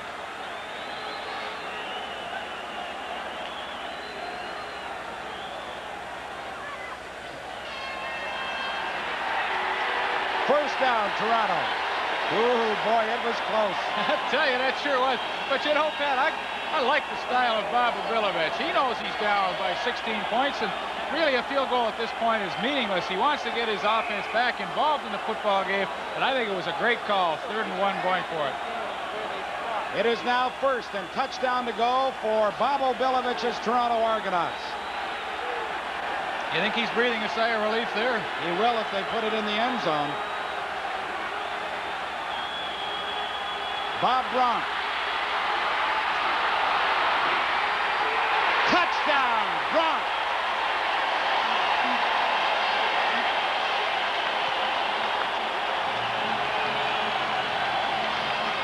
We talked about the power of Bob Bronk, and you'll see it again. There must have been a lot of fans make that trip over from Toronto because they're certainly getting a lot of support. And watch the excellent move that Bob Bronk makes on number 14, Gerald Best. He stops Best in his tracks, and Bob Bronk will not be denied as he runs over Joe Kuklo and gets into the end zone for Toronto's first major of the evening. Andrew Sission's point after is good.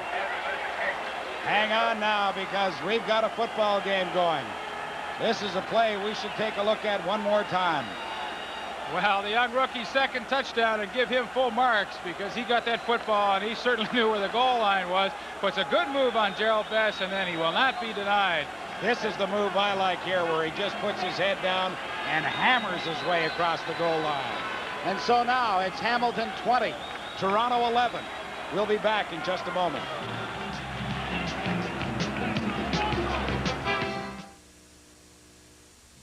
From the depths of space, from the edge of the earth,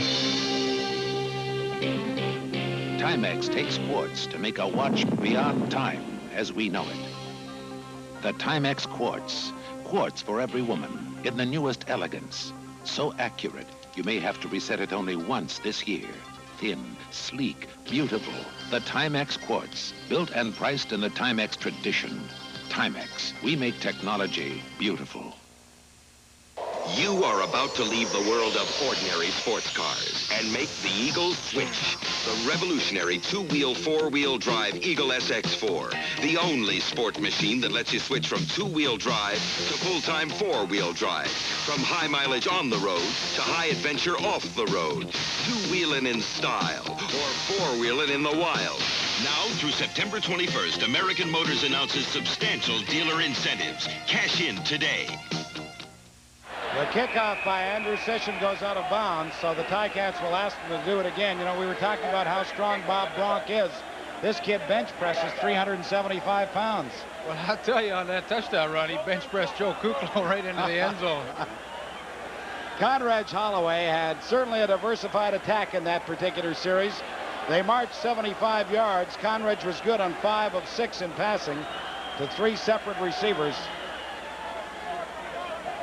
And because the kickoff went out of bounds, Andrew Sission will do it 5 yards back. Well, you know, Pat, this is the type of game that we did anticipate. And illegal kickoff, Toronto 19. We get the call from Lauren Woods, but we expected it to be a close ball game, and it's certainly livened up here in the third quarter. Well, we mentioned at halftime, Bob Obilovich teams will not quit. He didn't quit as a player, and that's the one thing he demands. 100% effort. All coaches demand that. But Obi said, I'll make changes. This isn't a great football team. We've got to play with desire. Howard Fields from his 11-yard line. And Fields gets out over the 40 to about the 42. With an injured Toronto Argonaut down on the field. Let's go to Bill Stevenson. All right, let's go with Bob Bronk. Bob, your second touchdown, and it was even nicer than the first one, I'm sure. Oh, thank you very much. It was nice. I have to give all the glory to God, though. He's my strength on and off of the field. And Well, let me tell you, Bob, you ran extremely well with it. You don't only power run, but you show some extremely good running. I mean, you make some great moves, too. Well, I don't know. When I see the end zone, I just want to get there, that's all. You just have that desire to get over. Yeah. Well, tell me, in your college career, were you strictly a straight-ahead ball player, a straight-ahead fullback, or did you try to make some of the moves that you've been showing the pro fans? A little of both, depending on who I was running against. If it was, a linebacker, I'd run straight ahead. If it was a DB, I'd try to dance a bit or put my head down and try to run over him. How about coming into this second half after a first half in which you couldn't get going? What was the feeling coming out of that dressing room? We knew we were sort of beating ourselves. We knew we could do a lot more things with the ball. We were sort of defeating ourselves. And we just felt confident we can do it, We were beating ourselves. They weren't taking anything away from us. A lot of things were open, and now we're going to hopefully hit them. So you think that you can now come back? Oh, definitely. Well, Bob Brock, our congratulations. By the way, you bench press a tremendous amount. Pat was just talking about, said he's going to have a contest with you. How many pounds is it? Oh, 365 or so. Is that right? How much weightlifting do you do? I try to do a lot of powerlifting in the off-season, get in shape. Once again, Bob Brock, congratulations. Well, thanks. I'd like to say hello to my parents in Winnipeg and my family, too. Thank you, Bob. Okay, thanks. Okay, Pat. Thank you, Bill. Tony Antunovic was the injured Toronto Argonaut player as the Ticats take over at their 43-yard line. First down, Hamilton leading 20-11. Toss goes to Obi Graves. And Graves was upended on an outstanding play by number 37, John Pointer, who just blew in there and upended him, grabbed him by the ankles, wouldn't let him go.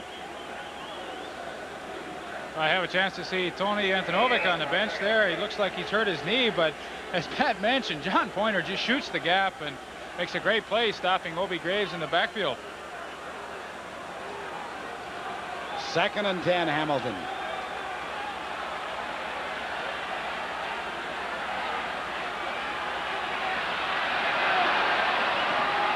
Baker makes the reception, takes the hit, hangs on, and will have a Hamilton first down at the Toronto 54.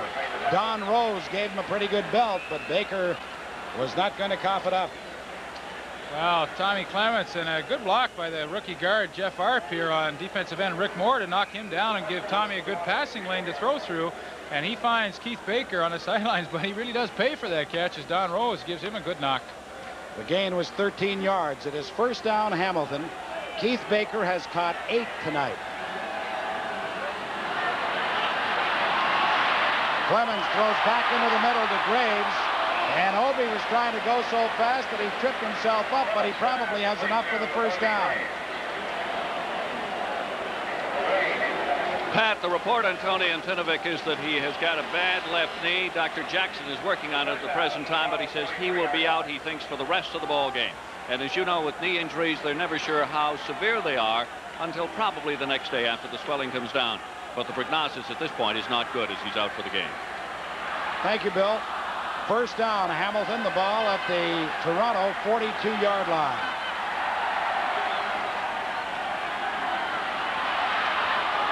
Clemens going deep for Ron Johnson. There was contact with JoJo Heath, but no flag came down.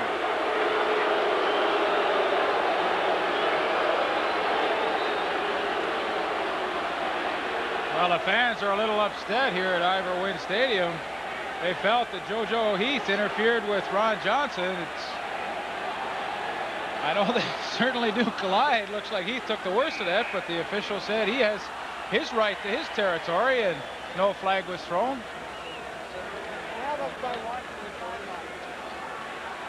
So it'll be 2nd and 10, Ticats. The ball at the Toronto 42. The screen to Baker. Makes a good cut. And Baker gets down very close to the first down. Zach Henderson comes up with the ball, but he obviously stole it out of Baker's hands. Baker made a nice move to get inside. Well, a quick screen. Baker back behind the line of scrimmage, waiting for his blocking to form. Marv Alamang out in front, and guard Jeff Arp. He's awfully close to that first down. Inches to go. They signal it to Bud Riley, and the Ticats are going to go for it. They bring in Dave Graffey and also Jeff Blanchard. There's short yardage formation upcoming, 3rd and less than a yard.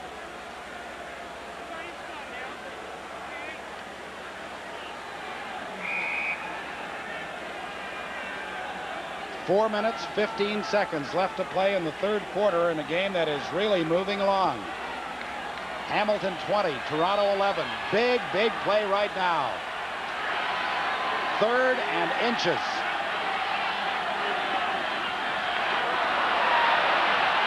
Clemens throws for Baker. He's got it for the first down. What a gutsy call. Oh.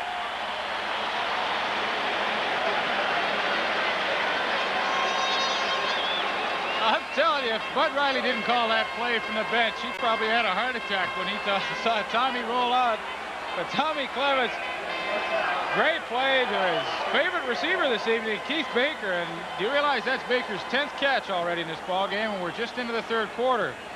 I've never seen a quarterback who can roll to the left, who is a right-handed quarterback, and throw better on the run than Tom Clemens. Tom Clemens is a tremendous athlete, good baseball player, basketball player. We haven't got him playing hockey yet, though.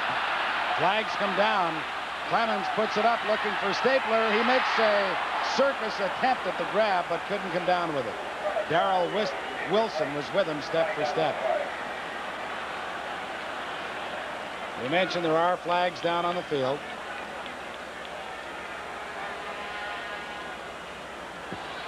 Offside, Toronto 37.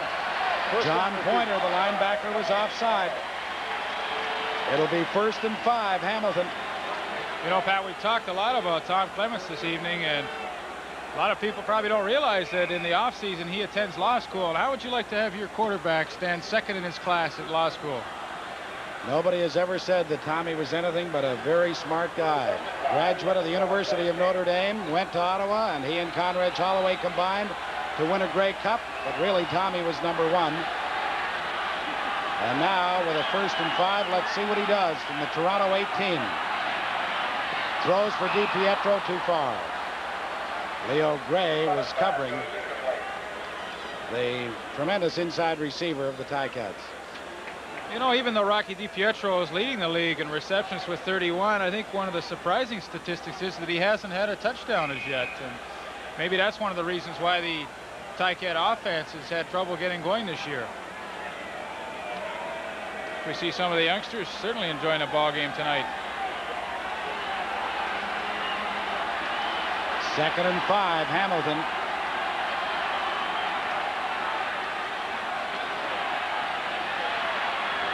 Clemens puts it up for Baker. Touchdown, and a flag comes down. The touchdown will count. Interference the call against Don Rose.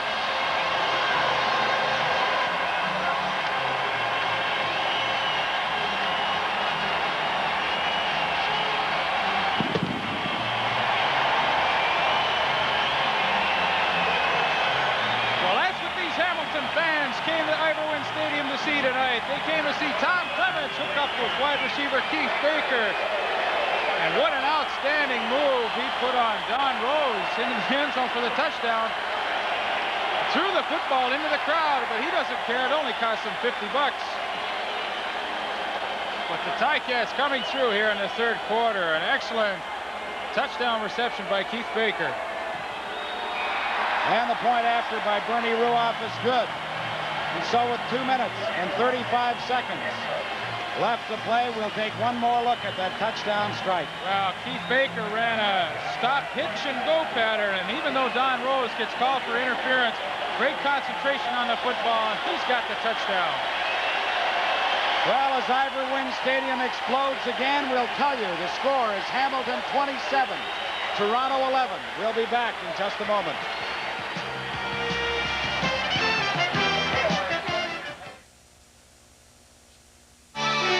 Michelob brings you the 7-day weekend on top of the world style.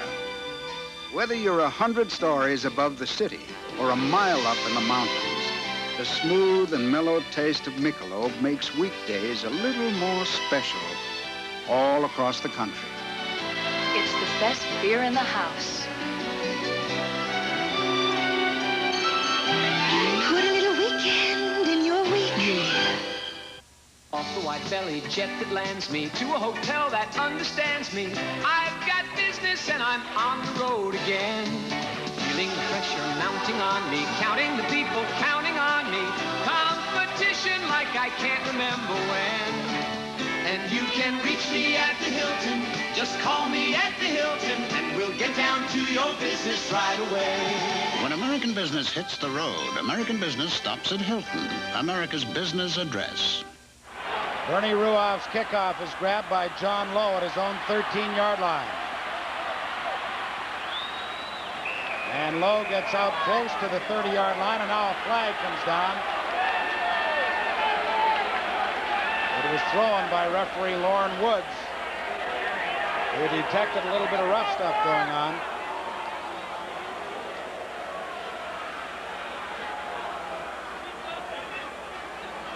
And while they sort this out, I'll tell you that Tommy Clemens has been good on 20 of 28 passes tonight for 293 yards and 2 touchdowns. Major foul. Toronto 76, unnecessary roughness. Rick Moore, last week's outstanding lineman in the CFL, picks up the major foul, and it pushes the Argos back to their 15-yard line. Well, that excellent TD reception by Keith Baker, will certainly have to look at that as well for our Panasonic play of the game. And we see Bob Ovilovich on the sidelines, and he certainly has to be concerned. He finds his club now trailing by 16 points, but there's still a lot of time left. 2:20 left in this third quarter. The Argos starting in a hole. Cedric Minner. And Minner explodes out over the 20 to about the 21. He'll have a gain of 6.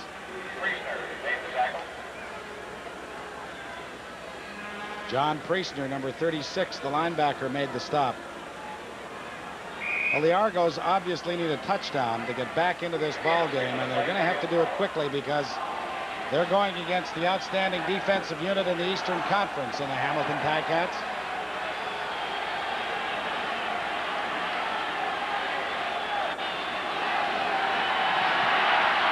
Holloway throws underneath to Pearson, but he couldn't hang on. Scott McGee, who is replacing Martin Cox as one of the wide receivers in that Toronto alignment, has not been a factor tonight. Through no fault of his own, they've only thrown the ball at him once. I was just going to mention that as we see Paul Pearson leaving the field, but really a good defensive series for the Ticats, and they should get the ball back in excellent field position. You know, Bud Riley told me earlier today that he realizes playing the amount of man-to-man coverage that they do, they won't get the big totals and interceptions, but what he hopes for from that type of defense is to create good field position, and we see an example of that right now. Good point. Andrew Session punting on 3rd and 5. Fields moves up to his, or David Shaw moves up to his own 54. And just gets to the 54 and no further, because down very quickly was number 30, Jeff Townsend. Had he been able to get by Townsend, there was an open sideline for him. Certainly was a lot of room. Really a good saving tackle by young Jeff Townsend. The wind has picked up slightly in intensity. That punt by Andrew Sisson into the wind was good for just 35 yards, but there was no return. And the minute flag is now up with 55 seconds left to play in this third quarter.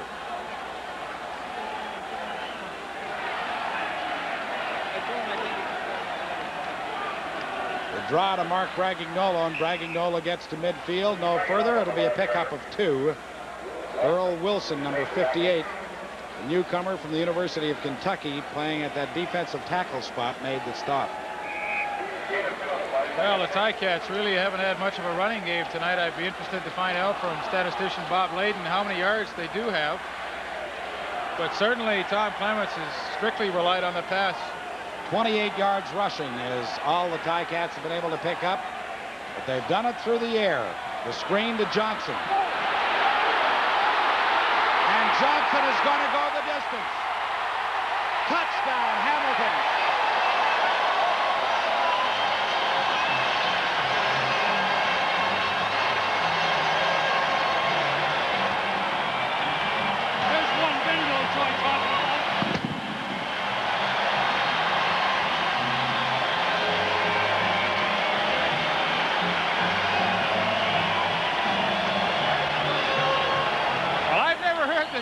fans more excited than this is Ron Johnson on the quick screen. A great block from number 59, Ed Fulton, and it's simply a foot race between Johnson and Zach Henderson. Johnson wins the battle, and he's into the end zone for the touchdown. But this Hamilton Ticats crowd, I haven't heard them this vocal in years. The 5th touchdown of the year for Ron Johnson. And the Ticats have now blown this one wide open. Well, you know, Pat, it doesn't surprise me at all because it's just been a matter of time with the offensive statistics that the Ticat offense has had already in 5 games this year. It was only a matter of time before they exploded for some points. Again, another look at Ron Johnson down the sidelines. Quite frankly, I didn't realize he had that type of speed. He just flies into the end zone. The Ticats are ahead 34-11. Hamilton's total offense to this point, 376 yards. That touchdown pass traveled a total of 55 yards. As the Ticats have gone out in front, 34-11. Kind of nice when you can pick up 55 yards in 2 plays and come out of it with a touchdown as well. Dale Lindsay's fears were well-founded, though, when he was talking to us before the game. He said, you know, intensity is such an important thing. We were so high for that game against Edmonton, I just don't know what to expect here tonight. He knows now. Well, it's common knowledge among the Argonaut players that this stadium is not called Ivor Wynn Stadium. They feel it's Never Win Stadium. And it's been that way for most of the past decade. Ball bounces down to Terry Greer, who starts from his 10. And Greer has a pretty good return out to about the 32 or 33 yard line as the 3rd quarter comes to an end. The score, Hamilton 34, Toronto 11. We'll return with the 4th quarter in a moment.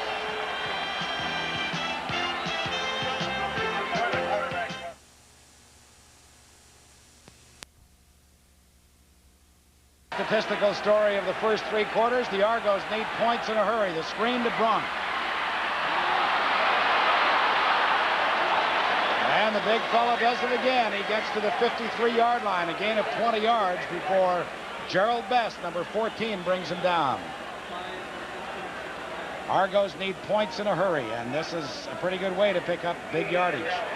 Well, you can't get it all at once, and this is a good way to get the offense going. Again, they do a good job of setting up that screen. You see John Malinowski out in front, and I'll tell you, Bob Bronk's having a heck of a game. He's running really well with that football.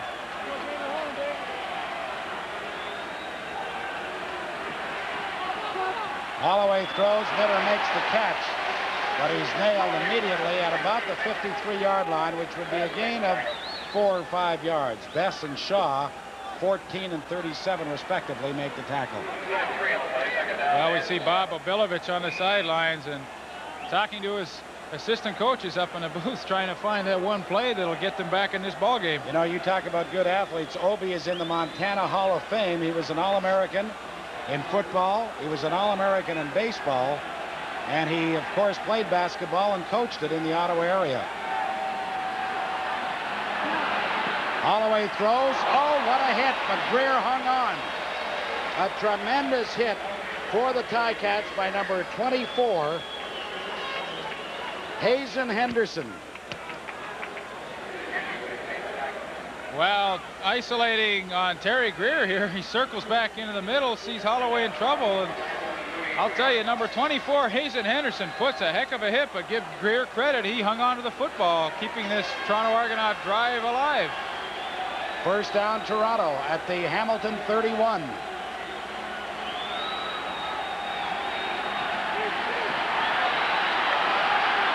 Holloway throws into the middle. The catch is made to about the 15-yard line by Paul Pearson. Ben Zambiazzi made the tackle along with Howard Fields.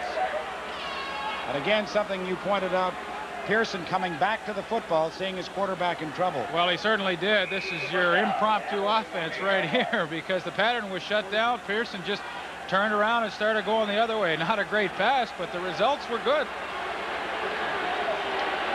Ball inside the Hamilton 15. Argos trail 34-11. They need the touchdown desperately. Greer. Off his fingertips. He had cleanly beaten Leroy Paul. Well, Holloway's upset with himself. He knew he had Greer open there. I'll tell you, Leroy Paul's very fortunate because he gambles here, coming underneath Terry Greer, trying for the interception.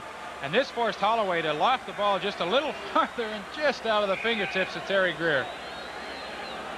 Conrad has been good on 15 of 24 tonight for 238 yards. But he needs a touchdown pass here desperately to get Toronto closer. The Ticats comfortably in front at this moment, 34-11. To Greer again. Touchdown! What a catch, Terry Greer.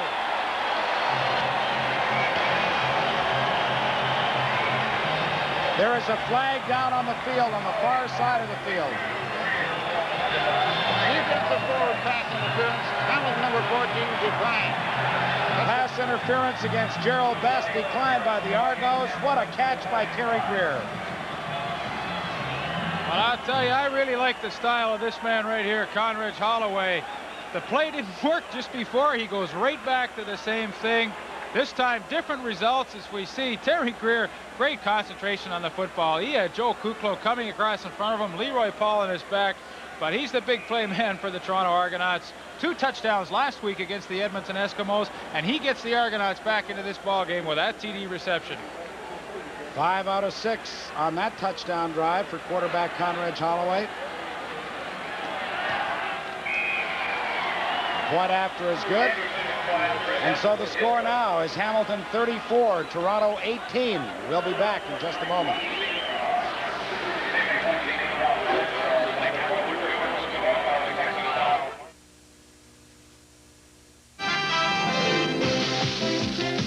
They bought a new Nissan Sentra, Wally. We need that wagon. Nissan Sentra. More power per pound than any other wagon with gas mileage this high. Room for a family of 5, 6. We need it, Wally. New Nissan Sentra, you need this car. Let's get it, Doris. Not only power-driven. What do women really want and expect from their men? 2 experts, Cher Height and a male prostitute, give you the lowdown in spades. Penthouse. Don't miss it.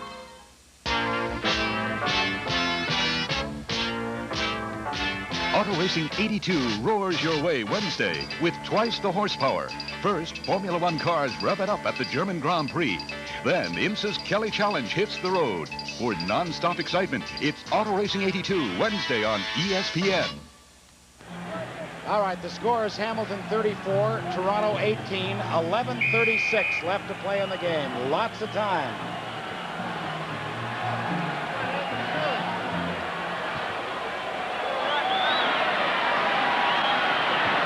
Starting from his own 2-yard line is Stapler, and he's contained inside the 20. Jeff Gabrielson was down to make the tackle, and this is what the Argos have done so well all season long. Their special teams have been outstanding. Let's watch at an outstanding catch. Well, Toronto Argonauts with that never say die attitude and could possibly get them back into this game. Just an outstanding catch. I'm surprised Joe Kuklo didn't really make an attempt to rearrange Terry Greer a little bit there, but nevertheless, Greer hung on, and Toronto Argonauts are back in the ball game. Hamilton starts from just inside their 19-yard line. First down. Give is to Obi Graves. Graves with good effort gets out over the 25 to about the 26. He'll have close to 7 yards. You may have noticed in the last defensive series for the Hamilton Ticats, Howard Fields came off the field. He injured his right hand. For a while, they thought it might have been broken. He's got a bad contusion on the back of it. They've wrapped it, and they think he'll be ready to go back in on the next defensive move for the Ticats. That's Howard Fields. Thank you, Bill. Second down, a long 2 to go for the Ticats. The toss goes to Graves, and he'll be very close to the first down. Referee Lauren Woods calls for the yardsticks to come in as Bobo Bilovich explains matters to quarterback Conrad Holloway. And, of course, they were together in Ottawa when Obi was an assistant to head coach George Brancato, who must have gone through 3 pails of ice last night, knowing George with those 3 touchdowns called back.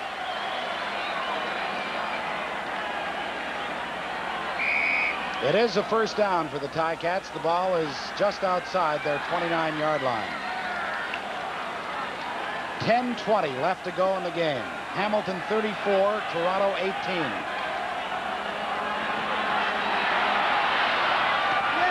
Johnson makes the catch and has another first down at the 42-yard line. He was hit immediately by JoJo Heath, but Ron Johnson, who scored a sensational touchdown earlier in this game, makes the grab. Well, you know, Pat, it was interesting to note when you interviewed Tom Clements at the beginning of the show tonight that he said that the way they had to beat that pass rush for the Argonauts was to roll out, and his offensive line's given him plenty of time to throw the football tonight, and the results are obvious.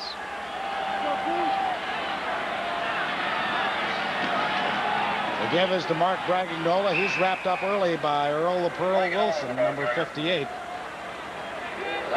His gain will be a couple of yards at most. Wilson's a healthy boy, 6'4", 265 pounds. Came to the Argos from the University of Kentucky.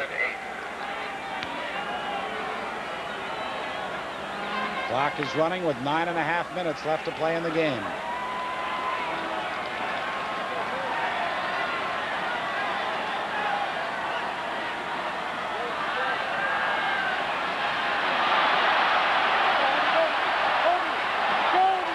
Clemens has got Obi Graves wide open, and Graves makes the catch inside the 40-yard line. Had Tommy spotted him a moment earlier and Obi hadn't stumbled, he was into the end zone. Well, you're absolutely right, Pat, but when things are going well, they really go well. Obi Graves sneaks down the sidelines, and really, as Pat mentioned, had he not stumbled and possibly got the ball sooner, he could have scored, but as I said, when things are going right, they really go right. The gain was 28 yards. It is first down Ticats inside the Toronto 40-yard line. Catch is made by Johnson again. He'll be short of the first down as JoJo Heath put the hit on him, but Johnson did a good job, hauled it in, and the Cats will have less than a yard to go for the first down. They certainly must have seen something in the films about the 2 Toronto cornerbacks that they could be successful running the out pattern against them, because I would say between the 2 receivers, Johnson and Keith Baker, they've at least caught 12 outs against the Toronto corners this evening. That's the 5th pass reception for Ron Johnson, and Baker has a total of 11 by himself. Second and less than a yard to go. The ball was fumbled but recovered by the Ticats. Well, you know, Pat, just by watching that offensive surge by the Ticat offensive line, it's no wonder why maybe in the third quarter Tom Clements on 3rd and inches threw the ball. There's another injury, gentlemen, for the Toronto Argonauts. Tony Atunovic, who is sitting on the bench, number 54. The left knee was racked up earlier in this game, as I told you. Well, now I just talked to Dr. Jackson again. He says it's definitely torn cartilage. They will operate on him tomorrow. As you know, that means 6 weeks or so anyway. Tony from Simon Fraser University, one of the many, many products from that outstanding school, as Bernie Ruoff will try a 40-yard field goal. If he's good, it'll be his 5th of the night.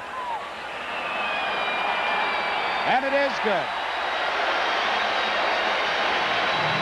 5 out of 6 field goals for Bernie Ruoff. And now the Ticat lead is 37-11 over Toronto, and we'll be back in just a moment.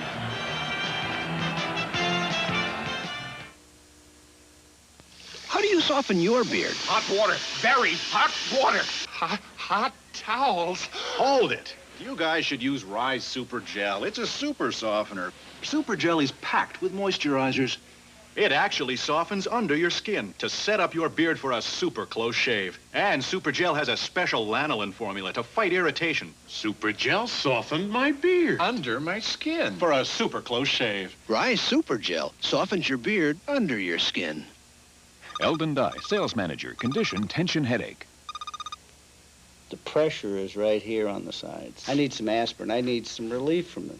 Today, we'd like you to try extra-strength Tylenol. It works without aspirin. I have to try it. Compare the levels of medicine in the leading pain relievers. You get more with extra-strength Tylenol. My headache is vanished. Extra-strength Tylenol got rid of that thing, and it is gone. Extra-strength Tylenol. You can't buy a more potent pain reliever without a prescription. Argos have enough problems right now. Let's not cheat them out of a touchdown. The score is Hamilton 37, Toronto 18. As the Argos scrimmage now from their 35-yard line.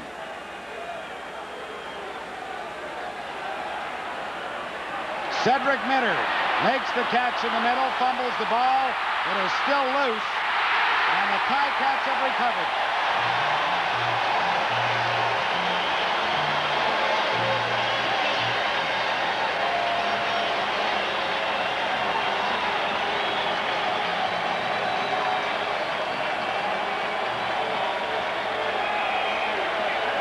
Well, Minter made the reception, took a big hit, coughed up the ball, and the Ticats have it. Well, the Hamilton Ticats are certainly putting it all together tonight, and unfortunately the Toronto Argonauts are their victims. A good offensive play. Minter makes a good catch, but watch the hit by number 24, Hazen Henderson, as he comes in and just rocks Cedric Minter, forcing him to fumble a football, and the Ticats will recover. But credit that fumble to number 24, Hazen Henderson, who comes in on obvious passing situations. The Argonauts so far behind at this point. Bud Riley anticipating the pass and inserting that extra defensive back. That's the second big hit by Hazen Henderson. He does not come from Maryland or Kentucky or Mississippi or any place like that. He comes from Simon Fraser University. Boy, he's a keeper, isn't he? Well, he certainly is, and I had a chance to watch him when he got some more playing time in the exhibition season, and he's going to be a good one. First down, Hamilton at midfield.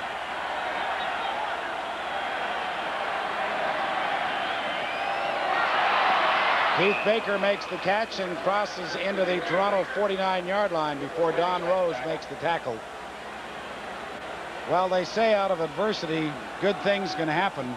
The Argos have been kind of pumped up, and they really did like themselves, particularly that defensive secondary. They're young, they're very aggressive, and they've had good success. But tonight they've been rocked by a very experienced quarterback, Tom Clements. The gain was 7 yards. It is 2nd and 3.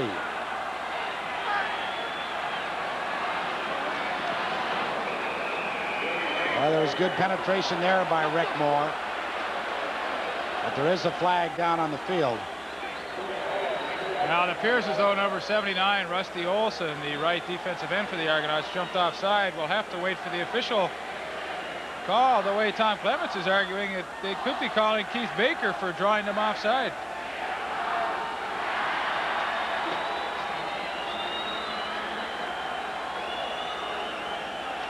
Procedure, Hamilton number 3 declined.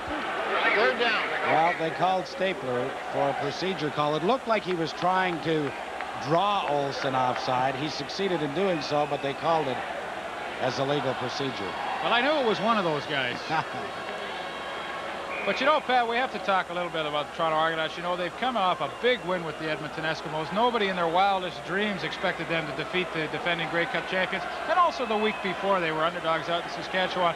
So really, if there's some letdown tonight, it really can be understood. And let's face it, it's good for the Eastern Conference to have Hamilton and Toronto both battling for first place. Jan Carinci from his 13.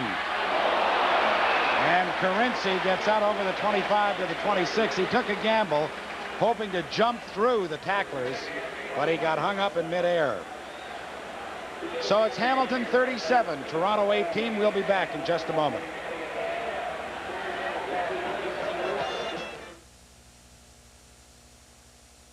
What's more natural than natural light? When the feast runs deep, fresh and flavorful, what's more natural than Natural Light beer? Ah, Natural Light from Anheuser-Busch, the beer with a taste for food. Just naturally right with all those good things from the sea you love to eat. So when you've really put something into a meal, What's more natural than natural light?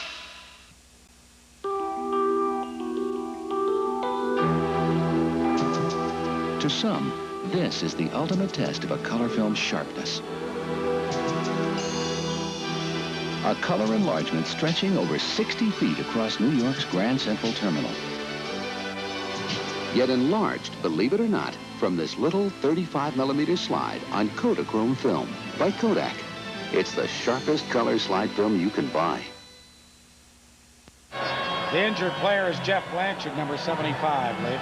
You know, an interesting story about Jeff Blanchard. He went through training camp with the Ticats, and Bud Riley really liked him, but unfortunately he couldn't move Ben Zambiese out of a starting position, and there were a few more critical areas that they had to keep people on the reserve list, so he was released, went and signed with the Washington Redskins, and Bud Riley had friends on the coaching staff down there, and he called them and said, listen, if and when you release this kid Blanchard, call me before you do, because I want him back. He's a player, and I have room for him in the lineup now. So we see him coming off the field, and he's healthy. So that's the story on Jeff Blanchard, and good communication down at the NFL from Bud Riley. First down, Argos from their 26-yard line. To Minter again. This time he makes the catch and also hangs onto the ball as he gets to the 50-yard line. The clock, of course, is going to work against the Argos right now because we've only got 5 minutes, 10 seconds left to play in the ball game, and they trail 37-18. Well, Cedric Minter's had himself a heck of a game. He just finds a little seam in between John Priestner and David Shaw, and he's certainly trying out there, making some good catches and running the football as well. First down, Argos at their 50.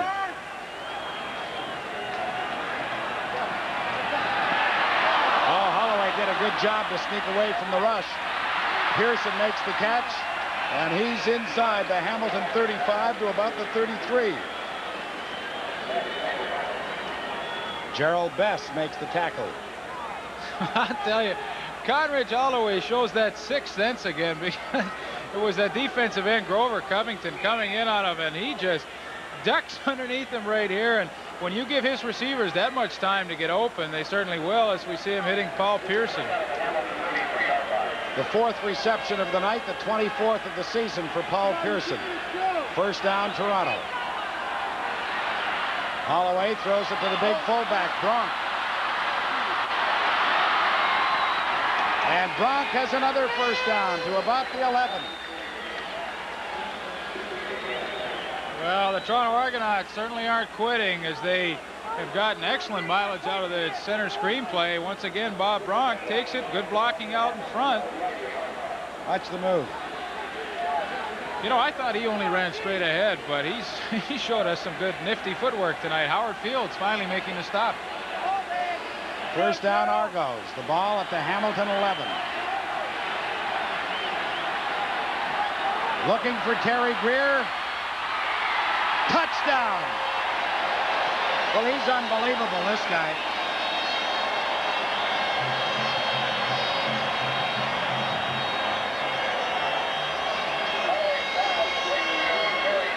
You just can't do a better job defending against him, and Greer comes up with his second touchdown of the ball game. Well, no doubt about it. Leroy Paul was all over him, and in fact, when I first saw the play, I thought Leroy Paul had made the interception, but Terry Greer just outfights him for the football, and he's got his second touchdown of the ball game. Well, another impressive drive by Conrad Holloway, 4 for 4 in passing, and the touchdown strike to Greer, and the Argos will now go for 2.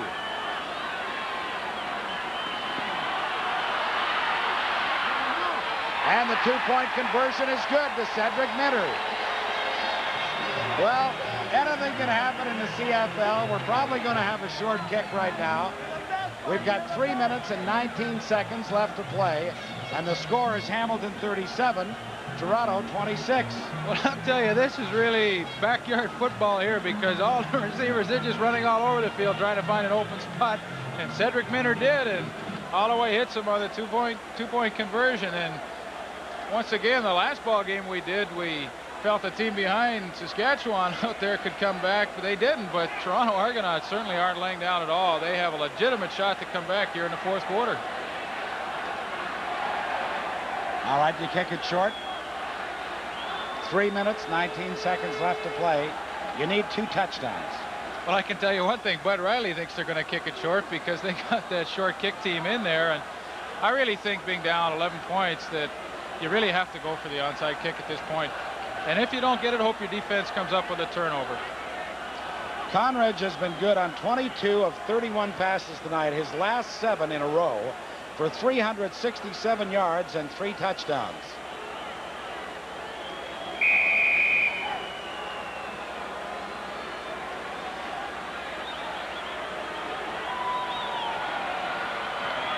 Holloway dribbles at 10 yards, but the Ticats get it as Cartieri comes up with the ball right at midfield. Well, that's a good play by Cartieri. Those aren't the easiest balls to field, and he did what he had to do. Just get your hands on it and cover it up and make sure you don't cough it up to the onside kicking team.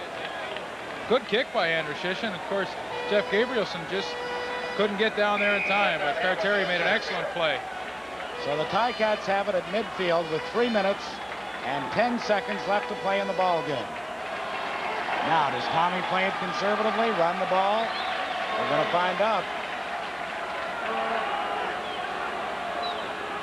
Gives it to Obi Graves, and Graves is stacked up right at the line of scrimmage. But that moves us inside 3 minutes. We've got 2 minutes, 56 seconds left to play in the ball game. Hamilton 37, Toronto 26. We'll be back in just a moment. Avis steps ahead with New Avis Express. Situation, Hamilton 37, Toronto 26. 2 minutes, 56 seconds left to play in the ball game. 2nd and 10, Hamilton from midfield. Total offense, Hamilton 438 yards, Toronto 398. Not bad, 836 yards in one ball game. Well, it certainly has been an exciting ball game. I think it was everything we expected. Maybe a few more points were scored than we anticipated. There's your pal Ben Zambiazzi. There's old Ben getting a new headband there. He must have got a little knock. But he got a knock, as a matter of fact, before they went out in that short kickoff. He was bleeding profusely and refused to come in. He went out and did his spot anyway. He's that kind of player, Ginoli. Certainly is. Clemens' pass is knocked down at the line of scrimmage. So the clock will stop now on the incompletion. And Bernie Ruoff will come in for only his 3rd punt of the ball game. And how many field goals has Bernie tried? He's tried 6. He's been good on 5 of them. Well, that's just an amazing statistic in the Canadian Football League when, of course, we only have 3 downs, to only have 3 punts. Usually the kickers are up around 8, 9, and 10 punts a ball game. So that really tells the story of how well the Hamilton Ticat offense has moved the football. Ruoff standing at his 40-yard line. Good punt into that win. This is Carinci at his 10. Jan Carinci reminds me of another 27 who returns punts, Paul Bennett. They have that ability to just find a little bit of a seam, and though Carinci didn't return it very far that time, he hung onto the ball and he went straight ahead to the 22-yard line. So now the clock is again stopped at 2:28 on the exchange. The Ticat, he even looks happy tonight, that little fellow. Yeah, well, he should be. His club's out in front.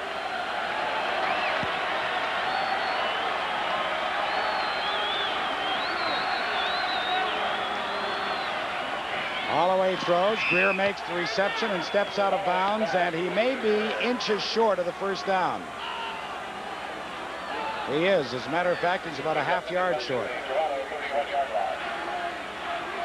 Clock is stopped, however, at 2:23 left to play. Of course, for the tie, the Argos need an 8-point touchdown, 6 and a 2-point conversion, and then the field goal. But they've got to get one or the other very quickly. Hamilton 37, Toronto 26. 2nd and less than a yard, Argos. Cedric Minter gets the 1st down as he bowls his way out to about the 33. Now this surprises me a little bit that Toronto is going to huddle. And once referee Lauren Woods signals time in, the clock starts again. We're down to 2:15.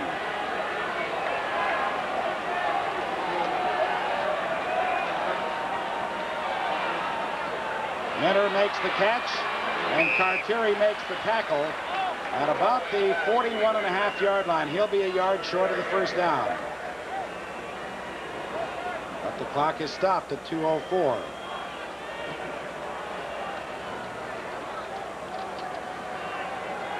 Once again, it's out of bounds, so it does stop the clock, as Pat mentioned, and this gives the Argonauts a chance to bring their short yardage offense into the ballgame to try and pick up that first down. Minter has caught 8 passes tonight for 141 yards.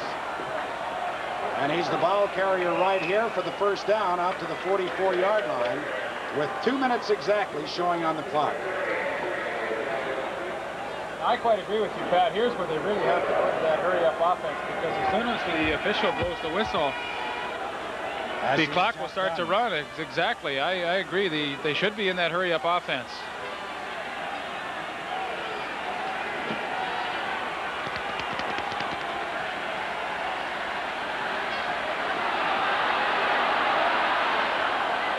Wide open was Minter in the middle. He has a first down inside the 40 at about the 38. A minute 39 left on the clock. The gain was 27 yards. Well, once again, the Argonauts keep coming back. This time, Conridge Holloway scrambling around, and his receivers have done a great job this evening of finding the open spots. Well, I'd be going to Terry Greer right about here. And Holloway throws underneath to Pearson, and Pearson does a good job to struggle his way out of bounds in the grasp of Howard Fields. I tell you, Howard Fields, he was trying to keep Pearson in bounds there to keep that clock moving, but he gets it out and stops the clock, and Toronto's looking impressive. A minute 28 left in the ball game. Hamilton 37, Toronto 26.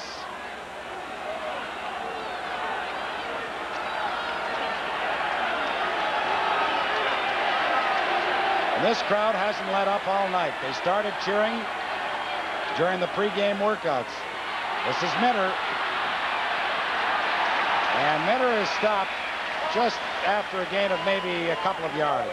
Well, that's good defense. Number 37, Dave Shaw, made sure that there was no way Minter was going to get to the sidelines and get out of bounds to stop the clock. And Bob Obilovich certainly has to be concerned right now. He needs to score and score quickly. All right, now you want me to put on my coaching hat? I go for the field goal right now. I tell you, it's a good thing you're up here and Obilovich is down there, because... Well, if I get the field goal, I'm within 8 points. Well, I really disagree with you at this point, Pat. I think they, in order to even have a chance, they have to get the major, so you try and get that first. Nevertheless, Conridge Holloway tonight has been 27 for 36, so he's enjoyed an outstanding evening, as well as Tom Clements.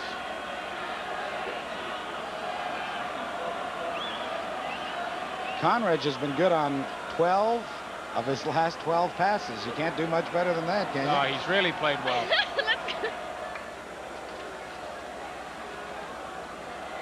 There is a timeout called, of course, by the Argonauts right here as Conridge Holloway talks it over with Bob Obilovich.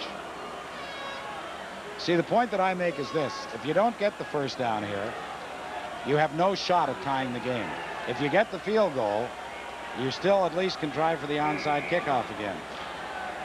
However, if they get the touchdown, I may reverse my decision. Well, you know, I think I'm going to let the argument rest in what they do on third down here. All right. They're going for it, I know that. It is third and about 4 yards to go for the first down.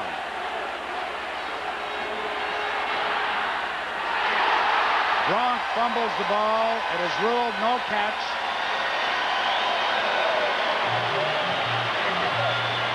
And so the Hamilton Ticats are going to win their third ball game of the season. Well, and give the Hamilton Ticat defense full marks there. Holloway trying to set up that center screen once again to Bob Bronk. But number 36, John Priestner, the middle linebacker, had Bronk in man-to-man coverage, and he was right there to jar the ball loose, and the Argonauts turn over the ball on downs. I'd have gone for the field goal. Yeah, maybe I would have too now. A minute 3 left to play in the ball game. It is Hamilton 37, Toronto 26. And the Cats will sit on it. Tommy Clemens takes 2 steps back, drops to one knee as the minute flag goes up. Well, you certainly couldn't have asked for a more entertaining football game. Both teams up and down the field, lots of offense, and certainly that's what the fans here at Ivor Wynne came to see, and they have to go home pleased. Even if you're an Argonaut fan, you have to be pleased with the way they've come back in the fourth quarter. Generally speaking, if you're a Toronto Argonaut fan and you knew that your club was going to score 26 points, you would have expected them to win because they have played so well defensively all year. But the Ticats were overly impressive today, as a matter of fact, as Tommy Clements grounds the ball again with 40 seconds showing on the clock, and now they'll punt it away. Well, as Leaf said, a very entertaining ball game, a big victory for the Ticats. Their record now goes to 3-3. The Argos go to 3-2-1. So Toronto will maintain first place in the Eastern Conference, but now just by a single point.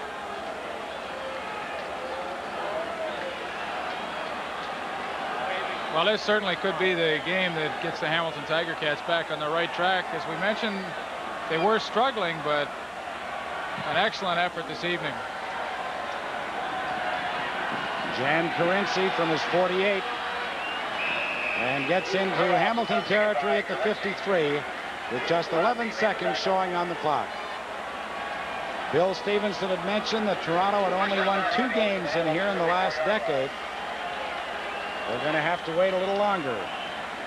Well, in fact, with the full interlocking schedule now, they'll have to wait till next year. Unless they meet in the playoffs. Oh, no, you're right there. Well, you like doing that to me, don't you, Pat? Holloway puts it up for Greer. He makes the catch, and the Argos won't quit. As Greer goes down at the 22-yard line, and Greer is still down.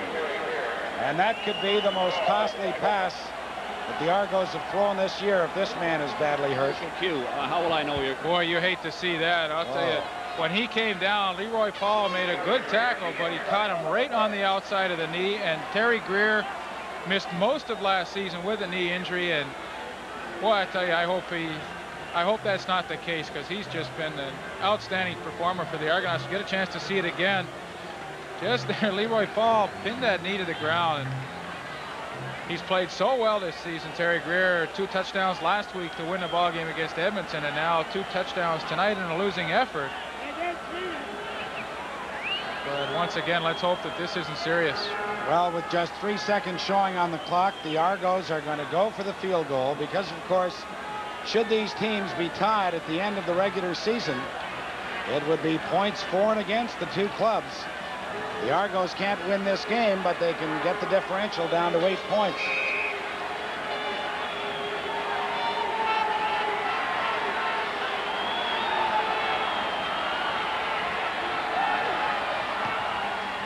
The field goal by Andrew Sisson is wide.